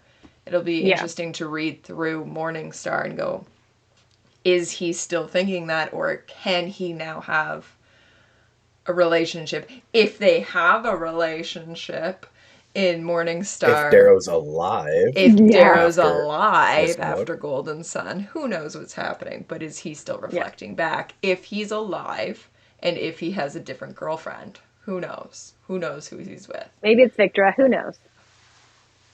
Yeah. Wouldn't she like that? Yep. Sure would. I will now use, we were debating on whether or not to bring up the survey results, and one of the survey results was, where is it? I read it out earlier. If Victra and Darrow had gotten together, they would have conquered the solar system in only 3 books. I mean, you're not wrong. But yeah, who knows what's happening in Morningstar? But yeah, it's interesting to see, because he definitely this whole time has been carrying her with, like, EO with him. Yeah. But yeah, and then we had. I was gonna sneeze. Oh, one's yawning, one's sneezing, one's happening. It's springtime. I can't help it. Yeah, I feel that. Must be nice. Yeah. Still winter in Saskatoon. Snowed yesterday. Oh no! And like, you choose to live there. Fact. Not for that much longer. Oh. But we go from there. He goes to the tavern, and he gets to watch all the Reds and pretend he is just some. Yeah, he gives back to the Reds. He lets them. Yeah, he's like, open the rations. Yeah. Put it up. He brought the special ones too.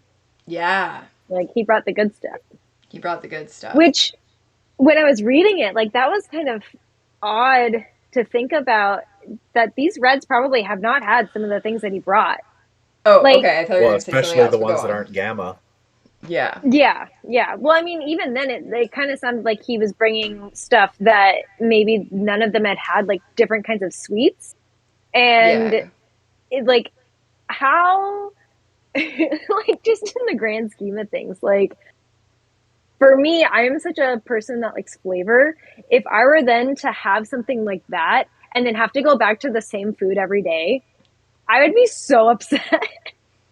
Like, I'd be happy for that moment that I got to experience it, but then everything else just would not match. It wouldn't, Yeah, everything else is gray from now on. Yeah. Yeah. I was going to comment of, like, so we see at the beginning of Red Rising that them seeing a gold is this shocking kind of a thing. Like, the golds don't come here. And then we have in this scene, we get the kind of the vibe that Darrow and then eventually Mustang are just kind of, like, hanging out watching. Like, I just feel that if I was a Red, it would be like that moment where you're like, they're like, I don't know, some rich or celebrity or whoever is there, and you're like, I'm just supposed to act normal? Like, what? Like, yeah.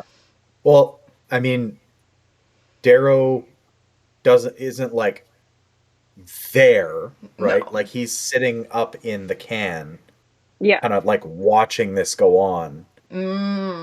I don't know why. Well, and at that point, they probably still, because he still technically had an alliance to Augustus. And so he was in there representing Augustus. So it wasn't, like, out of context for him to be there. Oh, for sure. I just feel like it would be awkward of, like... Oh, yeah. That'd be like having, like, some sort of political leader come and watch you eat. Yeah. In a cafeteria. Sure. Yeah.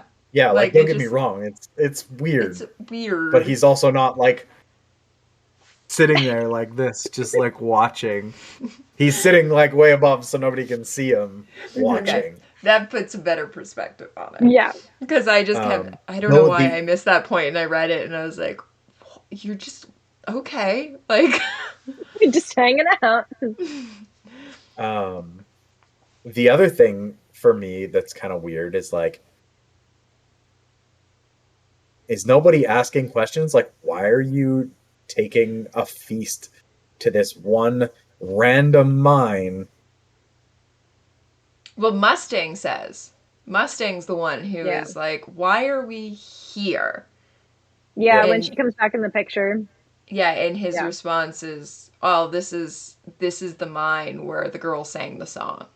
Like, and he can just, and then she almost like, and like he gives it, like they've had a rough few years, like whatever, and she just like, okay, kind of like, I guess, but she's the one who's like, why the hell are we here? Like, what is happening?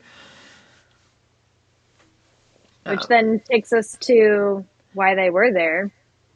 Yeah. And which I thought was an interesting point that that Pierce paints, is that Darrow even points out, he's like, I'm not using my grab boots to get through any of these places. Like, I am too big for this stuff, but I am going to go on foot. Yeah. And he takes Mustang on foot after it gets dark to visit his home. Yeah. Yeah.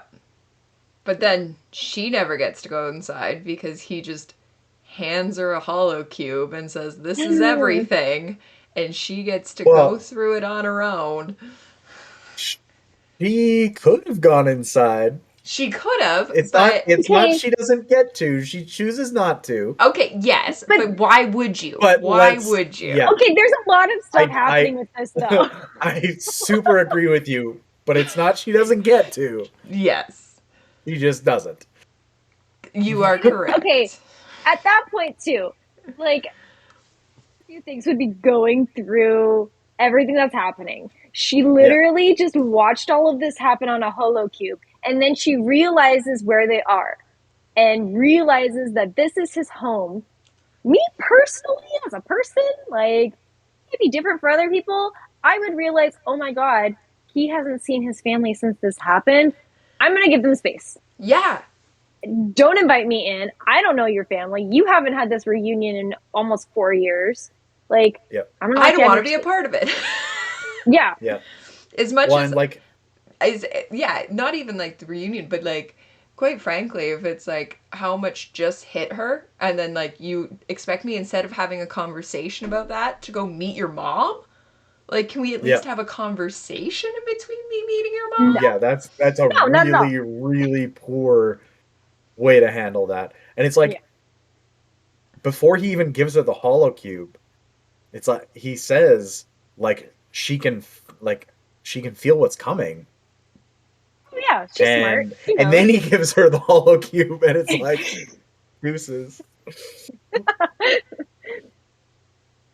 Yeah. And I think that was the big discussion that we had in the den, was that it would have gone over so much smoother if he had given her the holo cube and watched it with her. Yes. So that she could then, at these crazy moments, turn to him and literally look at him and be like, this is really you. Like, this is really what happened to you.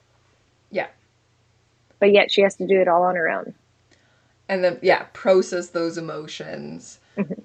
Have whatever she, knows overthrown, because as much as we think she at this point agrees with it, it's still a nature versus nurture, like, you're raised in one society, taught another, like. Well, and this is also highly illegal. Like, the fact that he is changing color, not only from red to gold, but just changing color in general, that is so illegal. And that's, like, that was the point that, like, that was why, or he got his.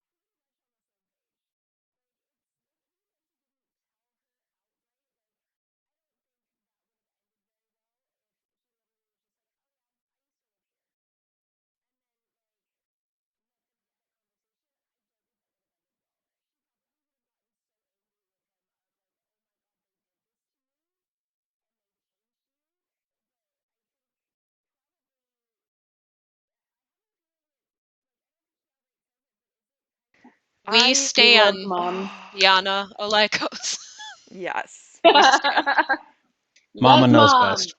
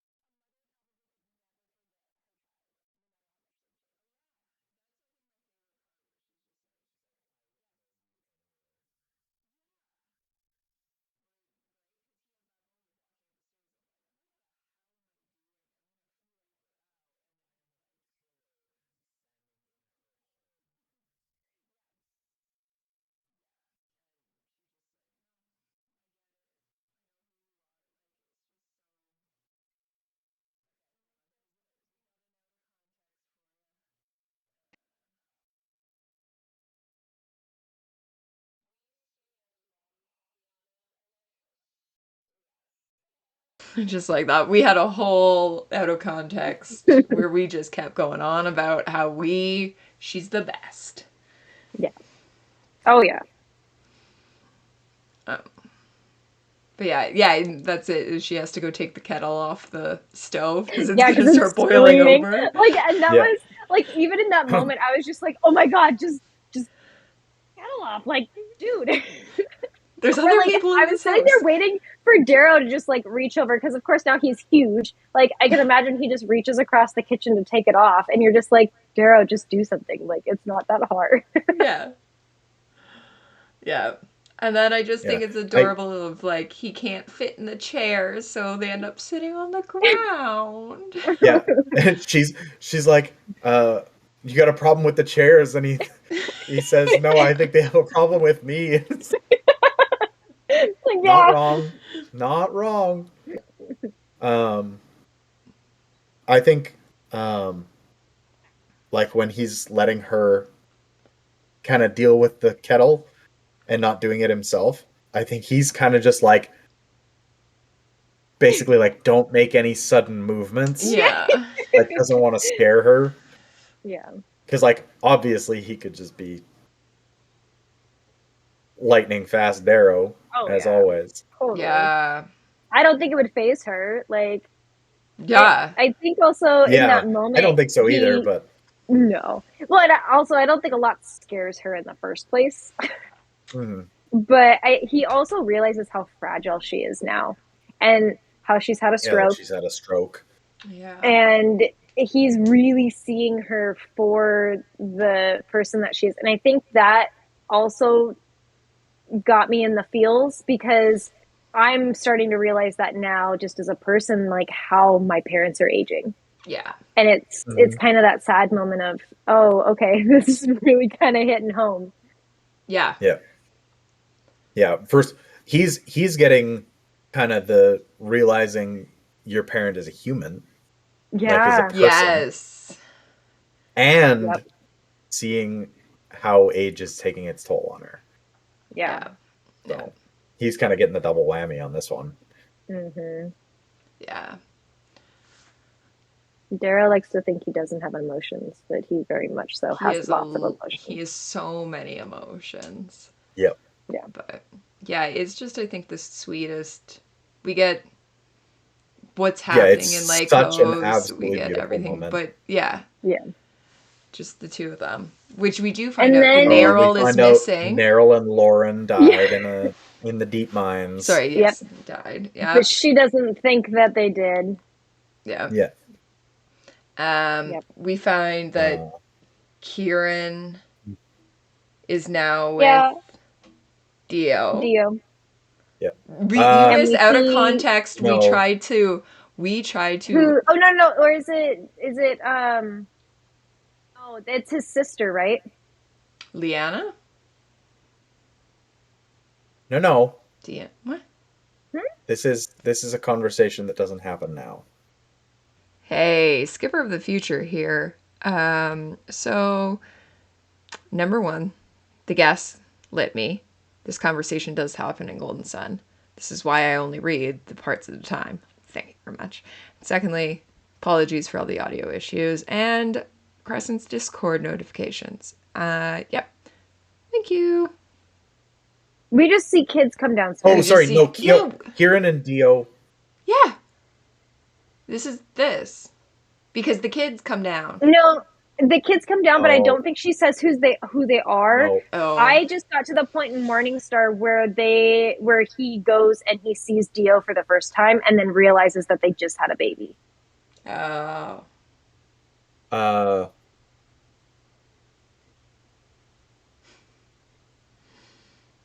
Yeah, no, it's okay. It's not because two kids that he finds out. No. So okay. Scrub back. What? Sorry. His sister we find out about.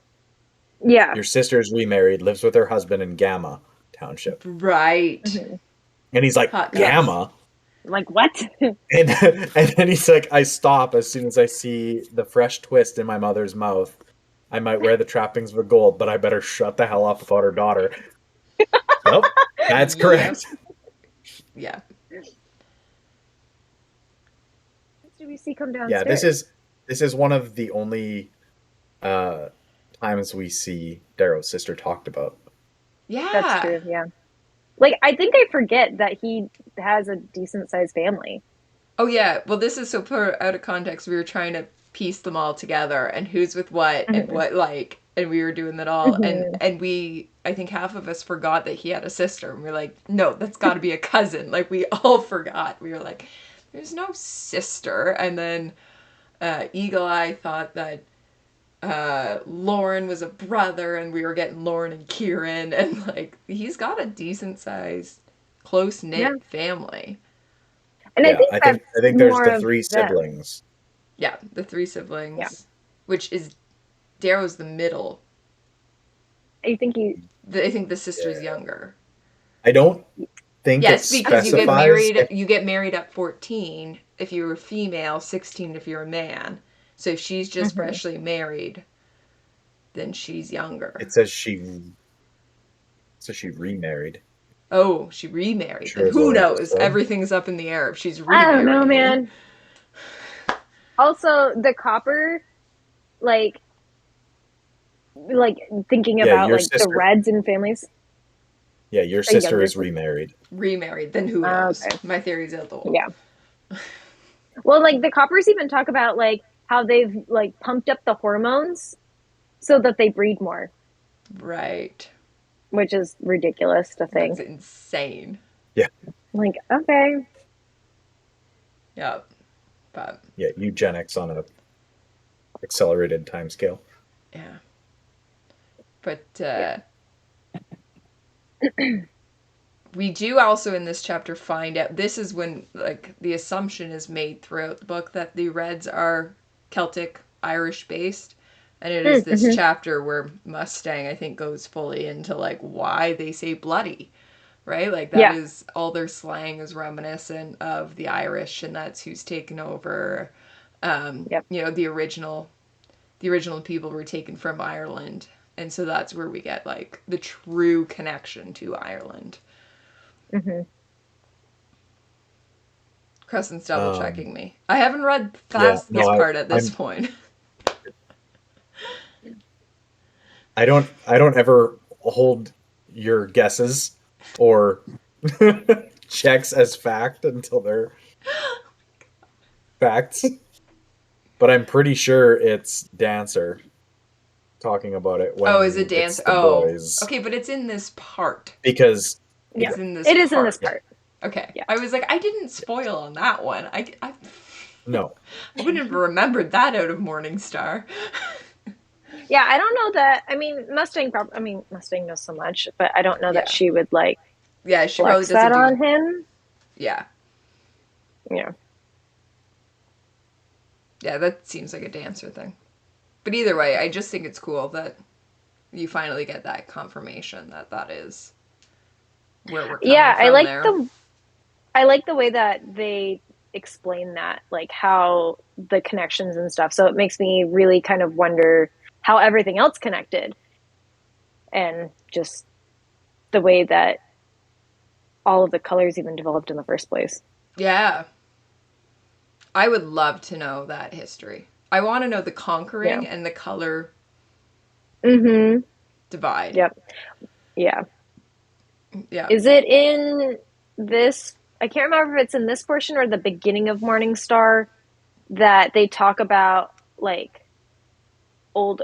Oh, it must be Morningstar because I think we talked about it in Question of the Day. But it was like they were talking about how old Earth and old America was all conquered and taken, and that language has since either morphed or died out. Yeah. Because we were just talking about that yesterday. So yeah.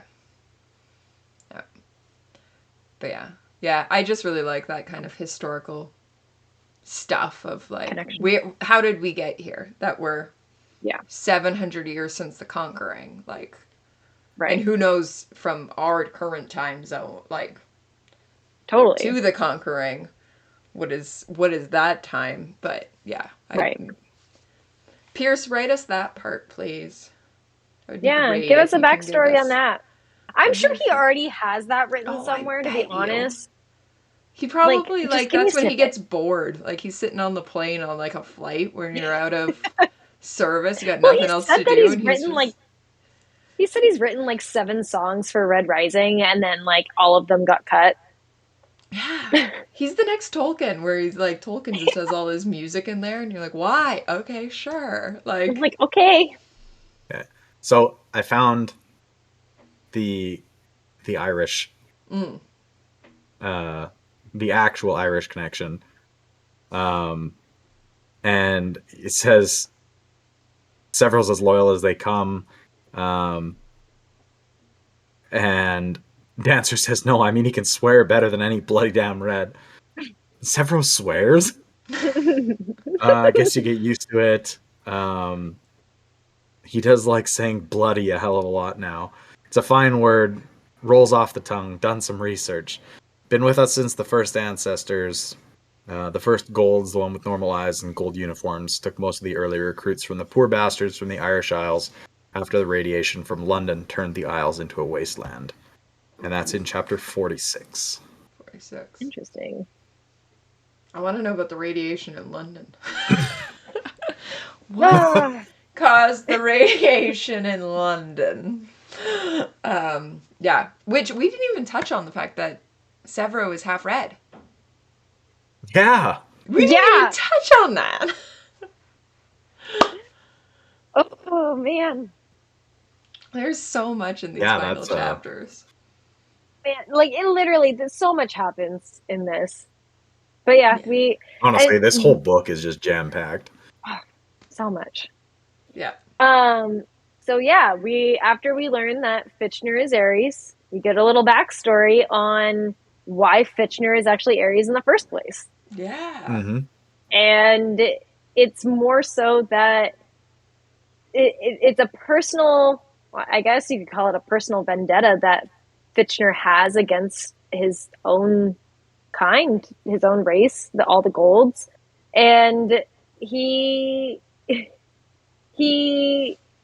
pretty much at this point lets everybody know. And several didn't even know until what, like 3 days ago or something. Days before this, that so Fitchner was married to a Red. He fell in love with her when he was it in the mines? Was he doing something in the mines? He was on Triton. Terraforming on Triton. Yeah. And so he fell in love with her. They came back because of an explosion, I think it was. And because they'd both been in the hospital. And although he had like an okay bed, she had the bed next to the window. And so they ended up they fell for each other, and despite him being a Gold and her being a Red, they pretty much ran away together. And that is how we find out that Mickey lost his license because he helped create Severo. Yeah. And Severo is half Red and half Gold. Yeah. Yay! Which makes so much sense. Like, you read it and you're oh, yeah. Like, but... like, he's not pretty, and he's short. Yeah. Like, and he just has a chip on his shoulder because he's never fitting in with anyone in Gold society. But how can you, like, from Fitchner's standpoint, and I think we kind of talked about this in the den as well, is that from Fitchner's standpoint, you didn't, like, Severo's 20 now, and you didn't tell him for 20 years what he actually is. Like, did you do that for his own safety, or did you do that because you were upset? So his vendetta towards the Golds is that he ended up, somebody found out that Mickey had done this, and they backtracked and found out that it was linked to him. Fitchner was gone with Severo, and they came in and took his wife and killed her. Yeah. But they got rid of her before he even had a chance to find out. Yeah. And do anything about it and bury her, if anything. Yeah. So I think part of why he wouldn't tell Severo earlier is probably the same reason he didn't tell Darrow that he was Aries. Like, what? I trust the acting ability of a teenager? Yeah. That's true. I mean, and like, Severo as a teenager. Well, exactly. Like, Darrow's one thing, but Severo?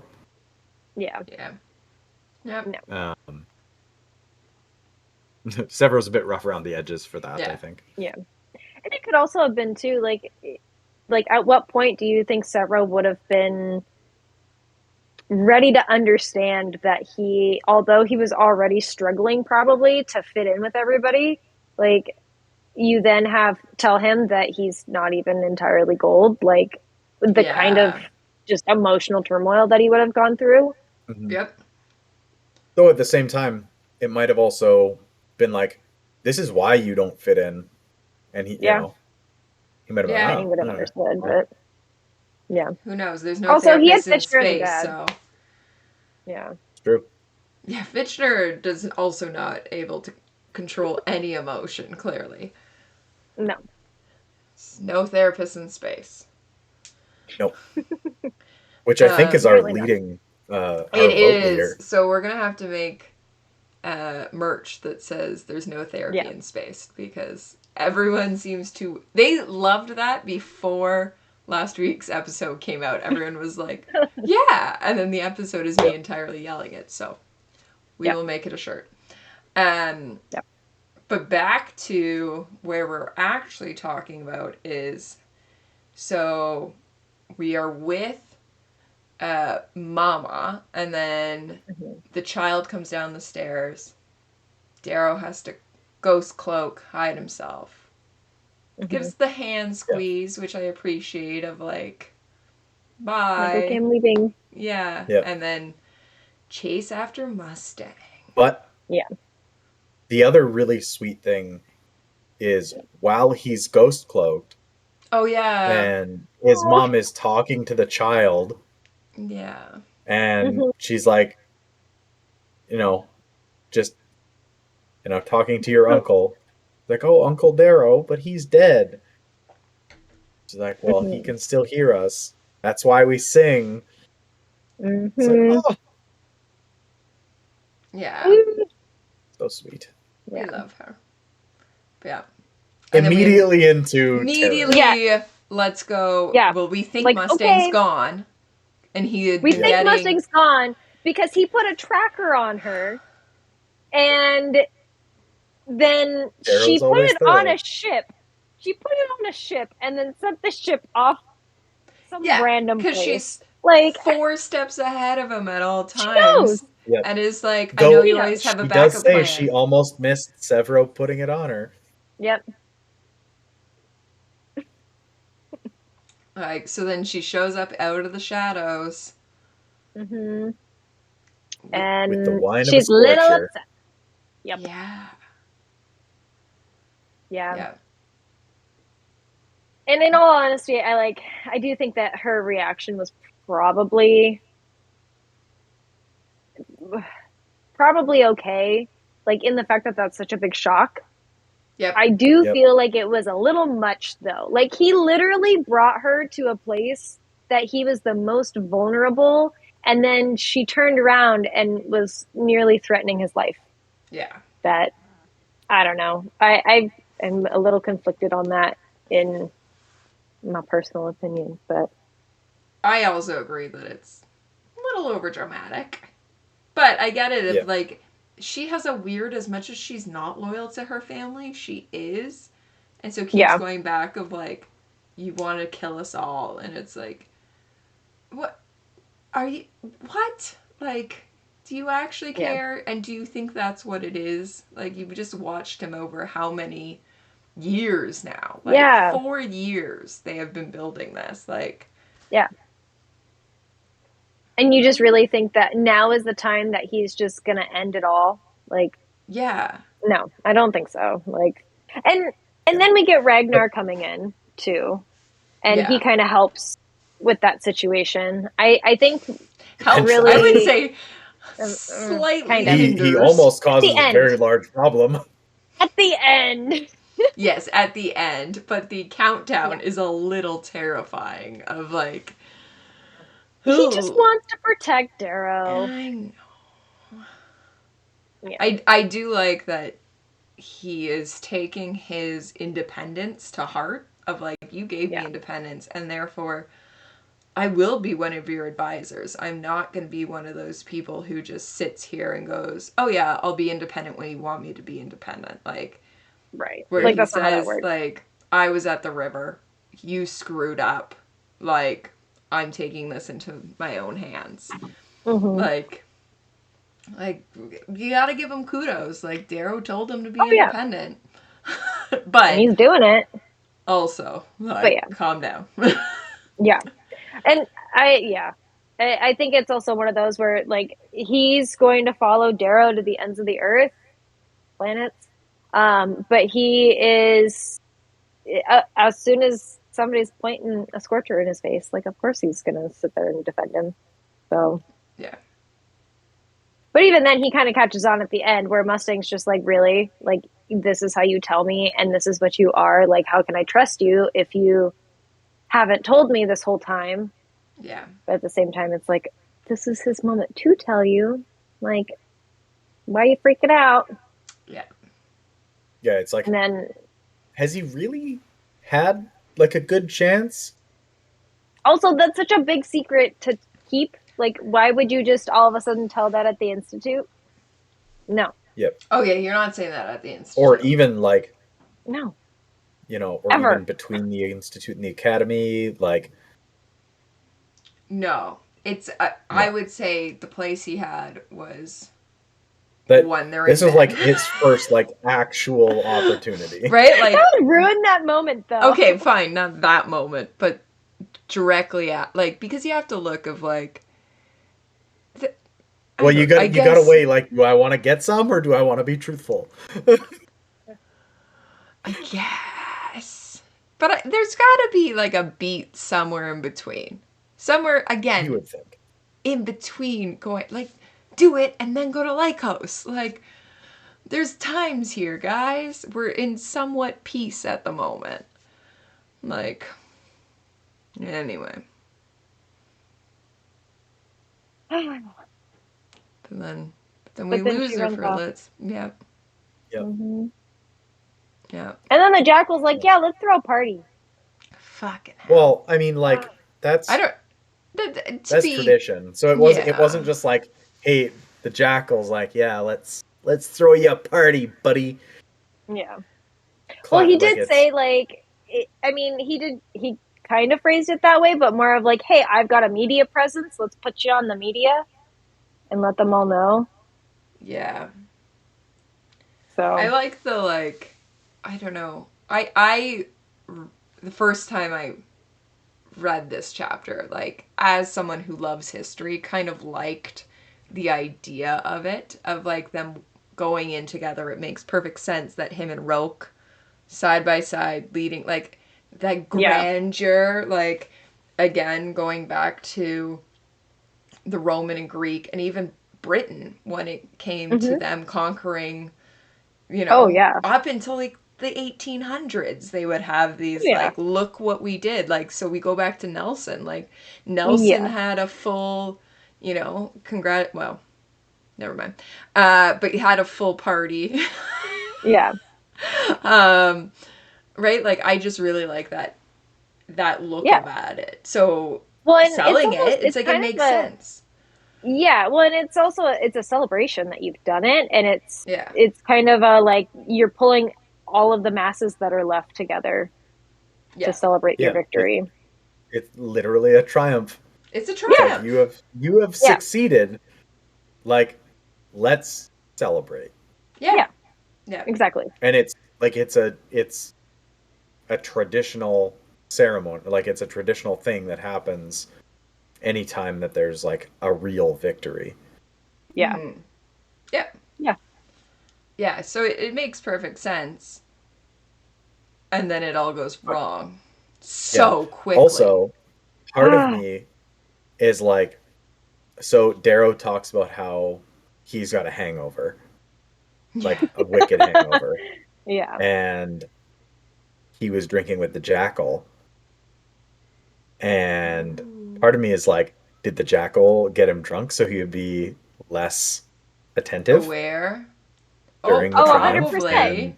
in the garden. He's such he's such an instigator. Like he's literally he's in it for the long game, just like his dad. Yeah. So interesting. I never thought of that part, but 100% that because Roke's not. Roke's fine because the two of them are hanging out, going down together. The thing for me is that how many people are missing, and we can do the count after when they start looking at who's not there. But the whole time, Darrow is just concentrated on the fact that Mustang's not there, and everyone keeps commenting, "Where is she? Oh, not here." Like, just kidding. And everybody's chalking it up to lovers' quarrel. Yes. And it's like, I mean, it kind of is, but it's also a little bit more than that. Yeah. But. Yep. And then also he does realize that Fitchner's not around. He knows. Can't find him anywhere. Yep. And he's really worried because was it Fitchner that was supposed to present him with his mask?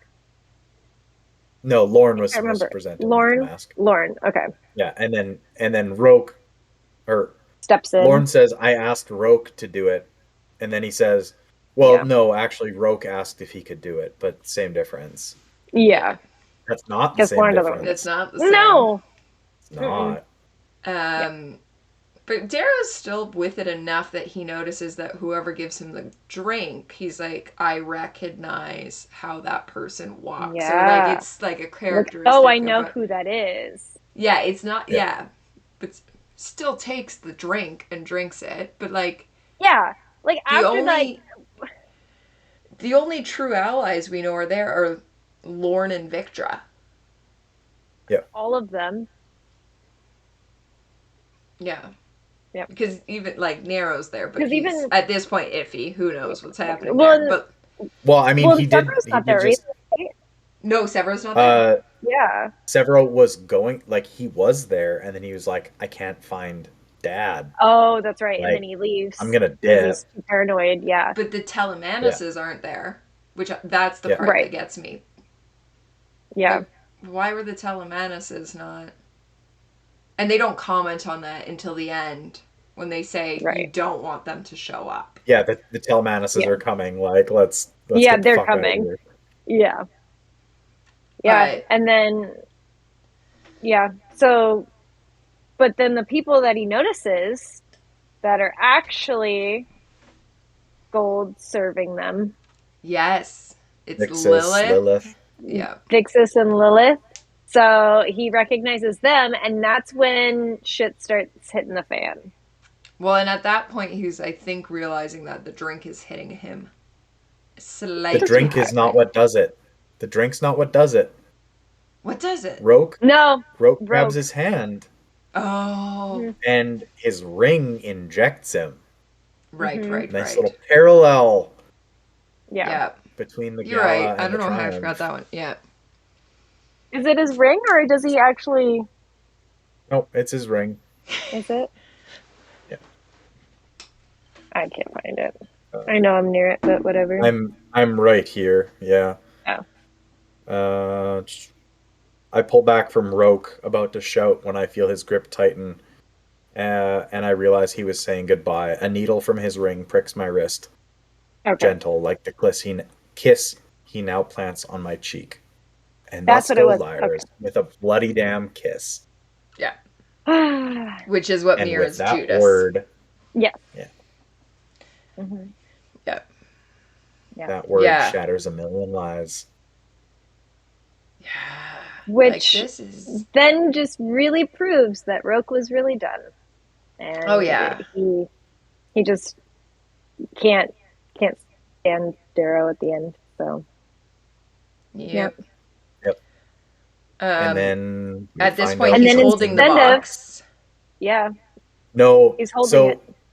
Yeah, he's holding the box, on the table, but we don't know what it is. Roke's had his hand on top of it. Yeah, so he's holding the box.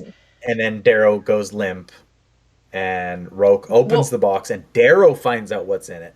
Yes, but before that, I'm going to bring up that Antonia kills her mother and shoots Victra twice in the back. Yep. And so Victra is trying to get to Darrow because the two of them end up, because as Darrow is falling down, we get the scenery of Victra going limp. That Victra's now. So that point where she's crawling to him and telling him over and over, like, I didn't know, I'm not part of this. Like, I am allegiant to you. Yeah. And she's, grabbing his leg, I think, trying to get, and then we see that, like, he comments, her hand goes limp, and then he opens, like, the box is opened. Would it be best just to read that last section? Yeah, someone just read it. Which part? There's a lot. Last page. So, and Cassius is there. Oh yeah, that's right. Cassius is watching the whole thing. Mm-hmm. Is there a certain part you want to read, Crescent? Yeah, so one word shatters 1,000 lies. So this is immediately after Darrow gets jabbed with the ring. Face colder than the marble statue behind us, Roke draws back and opens the ivory box's lid. With a gentle creak of silver hinges, my world ends. Augustus gasps in horror at what's inside the box. And a foot away, the jackal, eyes full of long dormant hate, smiles at me and cocks his head back like an animal to loose a manic, mocking howl. So immediately after the ring, Darrow finds out what's in the box. Yeah. Mm-hmm. We just don't. And then Lorne dies. Right. Yep. Lilith slashes Lorne's throat. And then the jackal stabs Lorne to death. Mm-hmm. And then we learn. Victra and her mother get shot, and then Lorne dies. Yep. And then after that, and then Victra is crawling to Darrow. Yeah. But we also learn in that point too that the jackal is the reason that Claudius died. Yes. That the jackal literally. Yeah. Just after that, he's talking to. Yeah. Woof. Yeah. This whole scene. Oh God. He learns. I'll just read it. It's better just to read it. The jackal steps forward. So now you can call me son. He clucks his tongue scoldingly and straightens his father's jacket. Was I your son when you put me on a rock for the elements to claim me? 3 days. I was a baby. The board didn't even want an exposure. But you thought I was so weak, and Claudius so strong. He was strong when I had Carnus put him in the ground. Or was he strong when I had Carnus put him in the ground? His father's lips tremble. What? I paid Carnus Albolona 7 million credits and 6 pinks to sully Claudius's girl. I knew Claudius's honor would lead him into the ring. Funny thing is, it was your money. I asked you for it so I could invest in my future, and I did. He frowns. Father, did you really think a 10-year-old cares about the silver market? You should have paid better attention. A 10-year-old. A 10-year-old. Yeah. What a fucking menace. And then Nero immediately disowns him. Oh, yeah. And the jackal's just so confused. Dies for it. But, like, the jackal's confused. He goes and he has this big elaborate thing, and then Nero's just like, you're not my son. You killed my son. And he's like, wait, that's not what you wanted? Right? Like, I don't get that. Well, okay, at no point do I get the jackal, so fine. Yeah. But. No. Yeah. And then he dies. It's just I was going to say, and then we're done with Nero. Yep. And then, And then Darrow reveals Aja's trying to get him not to do it. And Adrius is just like, nah. Don't need him. It's fine. Yep. The Sovereign needed him to talk down the outer rim. Did he, though? I don't think so. I just really didn't like Nero. I also. I mean, like, yeah, he's a piece of shit, but. Yeah. Yeah. But. Like, slightly less of a piece of shit than the jackal, I think. Yeah. Yes. We can have a ranking. If you're going. Yeah. Jackal. Yep. Nero. Jackal at the top, just for our listeners who actually Spotify this. Jackal at the top. Yeah. Then Nero. And then. Like, where are we putting Octavia? Is she above or below Nero? I would say she's above Nero. She's above, so we're going Jackal, like Jackal, Octavia. Then Octavia, then Nero. Okay. I feel like we need a chart. Yeah, we'll draw one up. And then probably fight about it, because the entire den has different opinions on it. But yeah, that's fine. Yeah, and then the very last paragraph is you got to read the last 3 paragraphs. Yeah. Well, let's just the whole book. The last 2 paragraphs in a sentence. Yeah. With so it's weird because earlier we find out that Darrow knows what's in the box. Yes. And then now it says, I look into the box and my heart shatters. Like he hasn't looked. Right. Already? You haven't properly looked in the box. He maybe didn't process it. I suppose. It's just, it's always I've always found it odd. Oh yeah. Just how it's specified twice. Yeah. That he looks in and his heart shatters. But yeah, all that has been, all that was to be, crashes down. Eo's dream falls into darkness. Wherever you are, Severo, Mustang, Ragnar, do not come back to this world. There's too much pain, too much sorrow to ever mend it. I look into the box and see Fitchner's head staring back at me, eyeless, mouth stuffed with grapes. Ares, the one hope we had, the one man who picked me up when I was broken and gave me a chance for something better than revenge, has been butchered, and I know we are undone. Oof. Mic drop. Oof. Okay. Book drop? Book So, throw? Drop. Book, yeah. Book the row. So, before we actually process Crescent that. was at about 1 a.m. Yeah, I was going to say, where were you? Yeah, I was laying in my bed, because, like, obviously you can't stop a couple chapters before this. Yep. And, 1 o'clock rolls around, and I'm like, what the fuck am I gonna do? Like, I'm not sleeping after this. And when I had started reading, Morningstar was already out. Yeah. So obviously I had to, yeah, right. So obviously I just started Morningstar right away. And I was like, okay, what the fuck? And yeah. I read 3-4 chapters type thing, and I was like, okay, I can go to bed now. Because Salem, we were at the same point that we had. Yeah, we read it about the same time. Yeah, I had a year.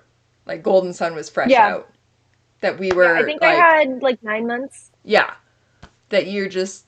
This is probably, to me, one of the biggest endings of a book that I remember just being so traumatic. And like, this is before I had connected with any other Howler. I didn't know anyone who had read this book.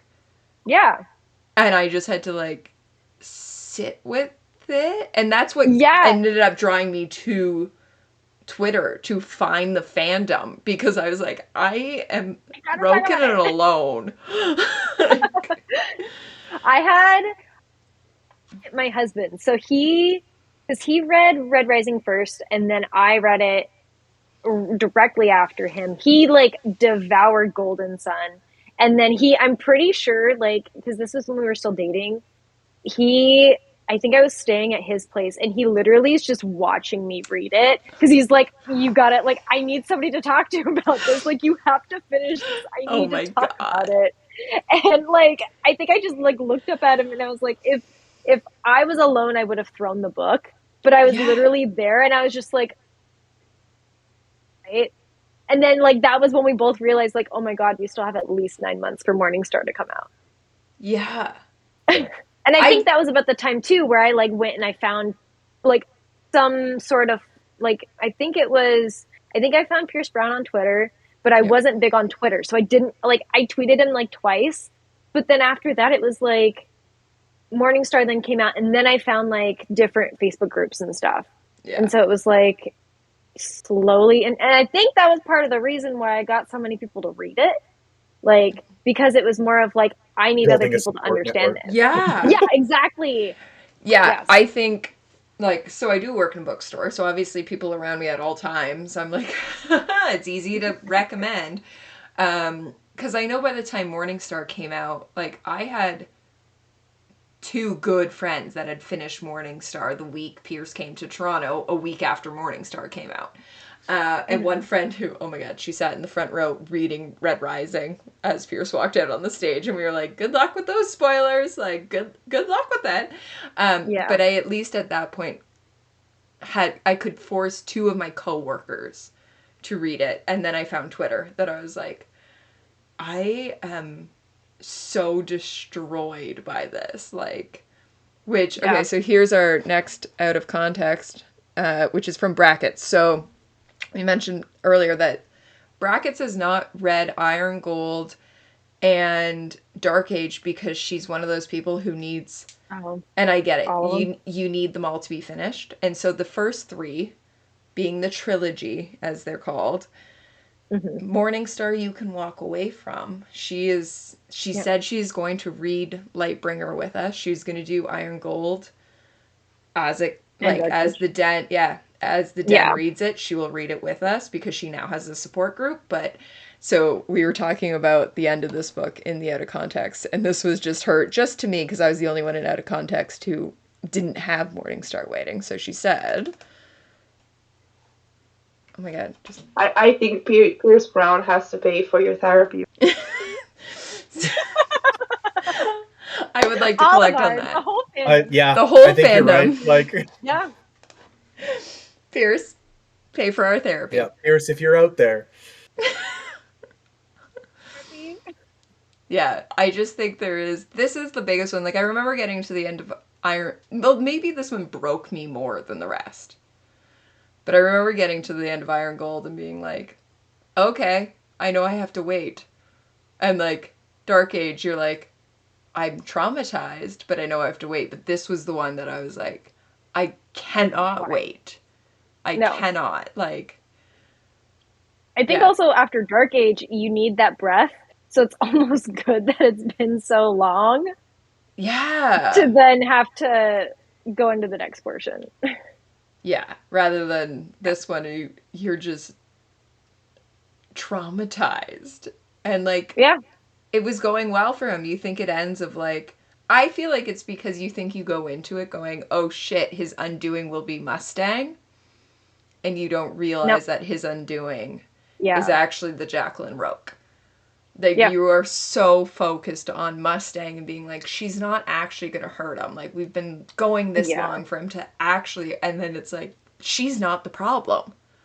Well, and then we've also, like, Pierce did a pretty decent job at painting the picture that the Jackal was maybe okay, but literally everybody's warning Darrow against him.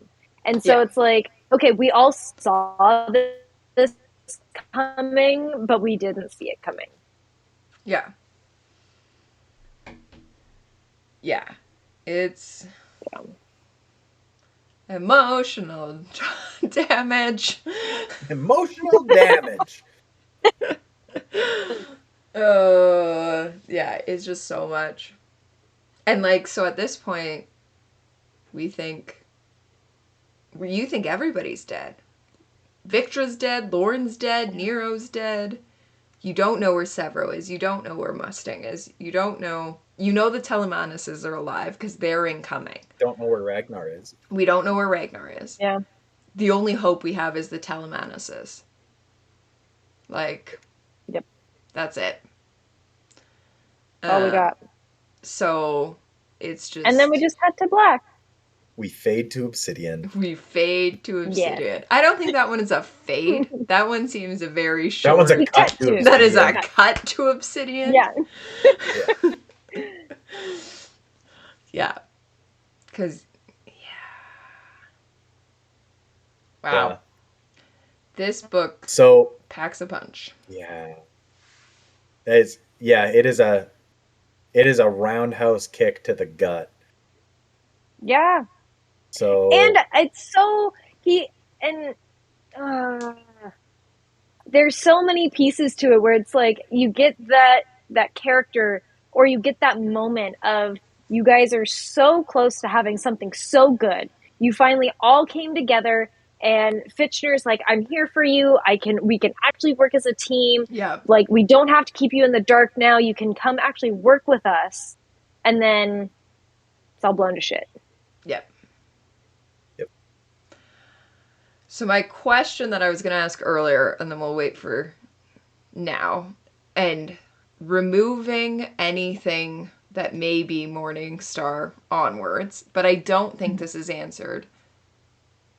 Do we know who do you think at this point ratted Darrow out?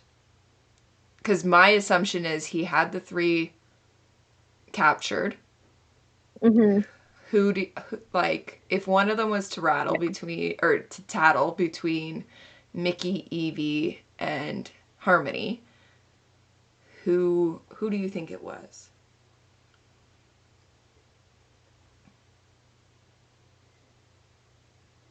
I think when I first read this, I imagined I first imagined Mickey, because Mickey's character I feel like he would totally like put him under pressure because he's a violet. Like he's not necessarily a pink that like if you torture, he's like gonna talk. But I feel like if they dangle something in front of him that's either enticing enough or he or is like life threatening enough, then he might say.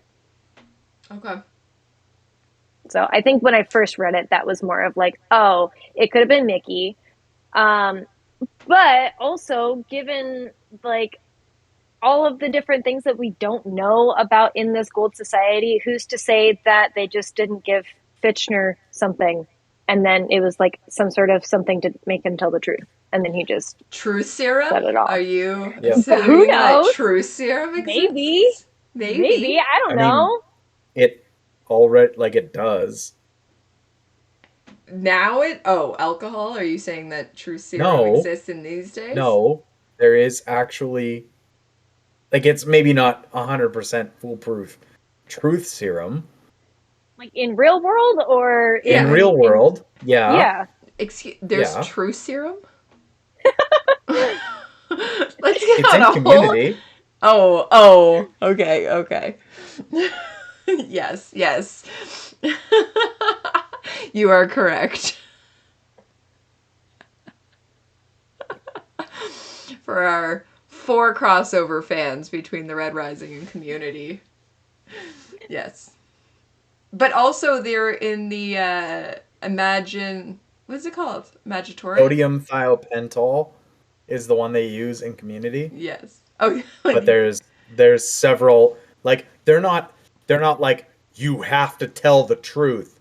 It's those are colloquial real name for any range of psychoactive drugs used in an effort to obtain information from subjects who are unable or unwilling to provide it otherwise. Include ethanol, scopolamine, I can't pronounce that one. Midazolam, flunitrazepam, sodium thiopental, and amobarbital. All right, we're gonna need. It's some a real of that. thing. We're gonna need some of that.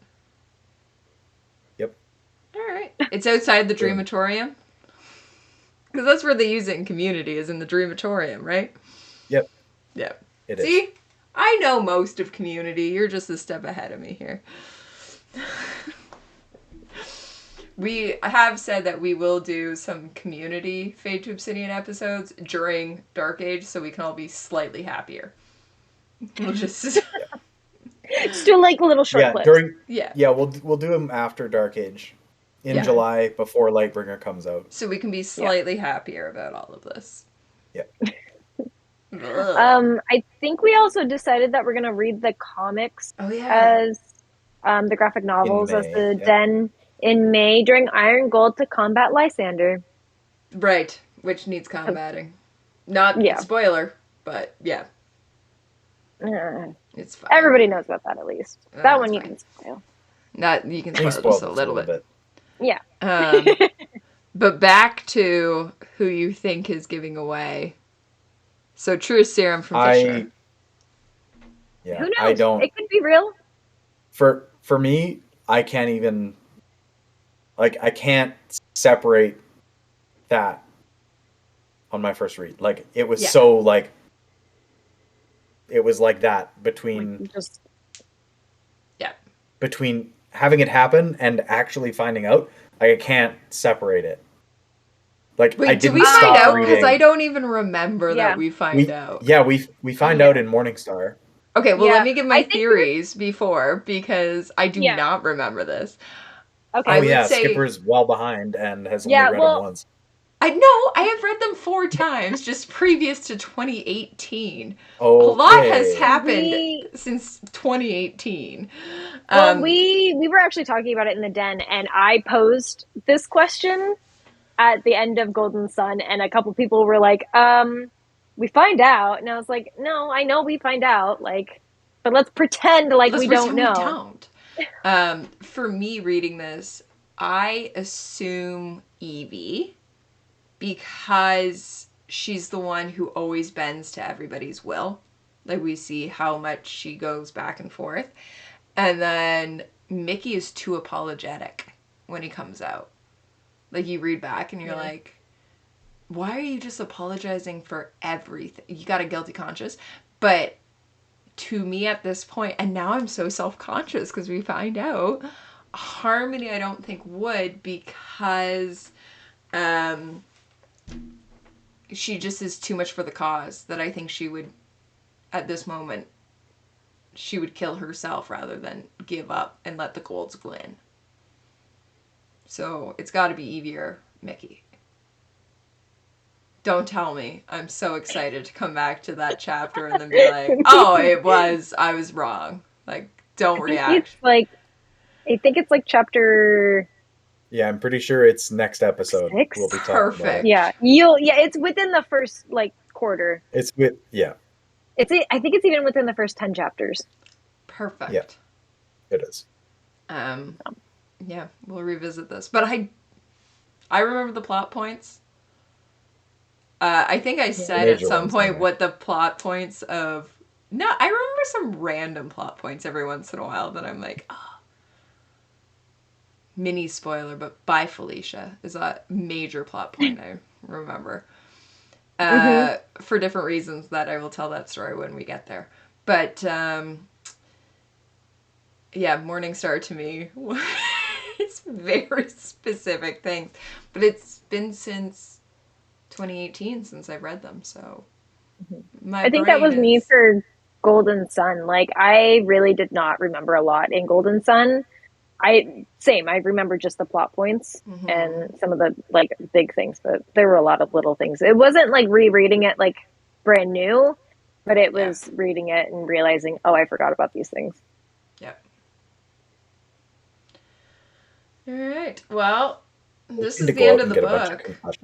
Yeah. Concussion. Yeah, you've read it too many times. You're never. Yeah. But you also, I at one point reread these back, so I could pick out all the pop culture stuff. Like, I did a deep dive, and now I'm picking them out, being like, oh, there's one. And then I look and I'm like, oh, I got that one in the past. Like, I'm shocked. I was like, that's a cute pop culture. And I look and I'm like, oh, I got that. Previous me got that one before. So. Yeah. Okay. Well, all right. We're at the end of the book. We're at the end of the book. Yeah. Any other comments on this whole? I guess my question is, now that we finished it, what was your favorite part of the book? What was your favorite scene? I like the meeting of Orion and the taking of the packs. I like this whole book because it's so action-packed. Like, it's somehow relationships in the middle of the action. But that one where you meet Ragnar, you meet Orion, and just how Darrow shows true leadership on a big scale in that moment. That's my favorite, and how that plays out. Yeah. So I have two, extremely specific favorites. So, with the sound of a tree branch cracking in winter, I claim the sword arm of Cassius Albolona. Oh. And then, surrounded by superheated metal, I clasp Ragnar's arm through the door. I accept the stains. Yeah. Mm-hmm. Yep. Salem, what's yours? I think I also have two favorites. I really enjoy, I don't know why, I just think I like Severo's scenes where he's just comical. Yeah. And it's that scene where he's singing his song to Pliny. Mm-hmm. And he's just singing his song, or he's like, okay, thank the Reaper. Yes. I'm a big fan of Thank the Reaper. I'm just just do it. You unusually tall and decrepit peerless. What's in my pocket? Yeah. And then the other one that I really enjoy was Mustang storming in, upset about the coup that happened. And literally, that whole scene is very gross with learning what Pliny wants to do. Yeah. And but her reaction where she's just like, are you kidding me? Like, that's what he wanted to do? Fine. An eye for an eye. And she like throws his eyeball on the ground. Like, okay. he said he always had his eye on me, so I took one of his. It's like, oh, fuck. Yup.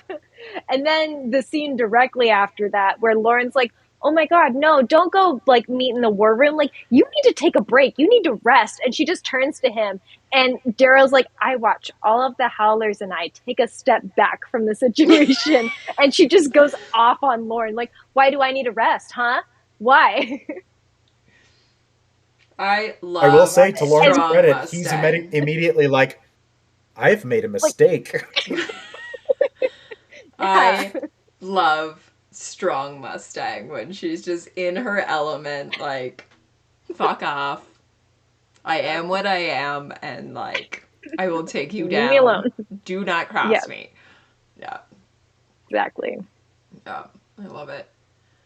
While you're talking about Severo, the other one that jumped out is when Darrow's questioning about like what if Ares isn't real and all that, and he jumps on the railing and does the howl, and that's kind of the first time we truly hear the like, and the banners change and everything, and it's like, this is you. Like, that's a good scene. This is your army. Yeah. Mm-hmm. This isn't anybody else's. Yeah.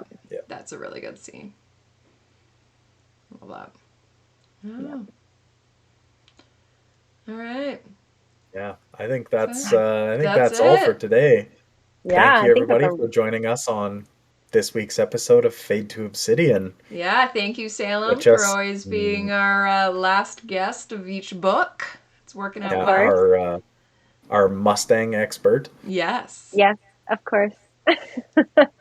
And catch us next week on the first section of Morningstar. Yeah. Chugging right along. It's going to be a big one. I don't remember it other than the trauma. I know that one's a trauma-filled section. So. Yep. Talk to your therapists. Book them after. It'll be great. Yeah. Book them immediately for Wednesday night or Thursday morning. Yeah. Yeah. Okay. Whatever. Exactly. All right. Bye.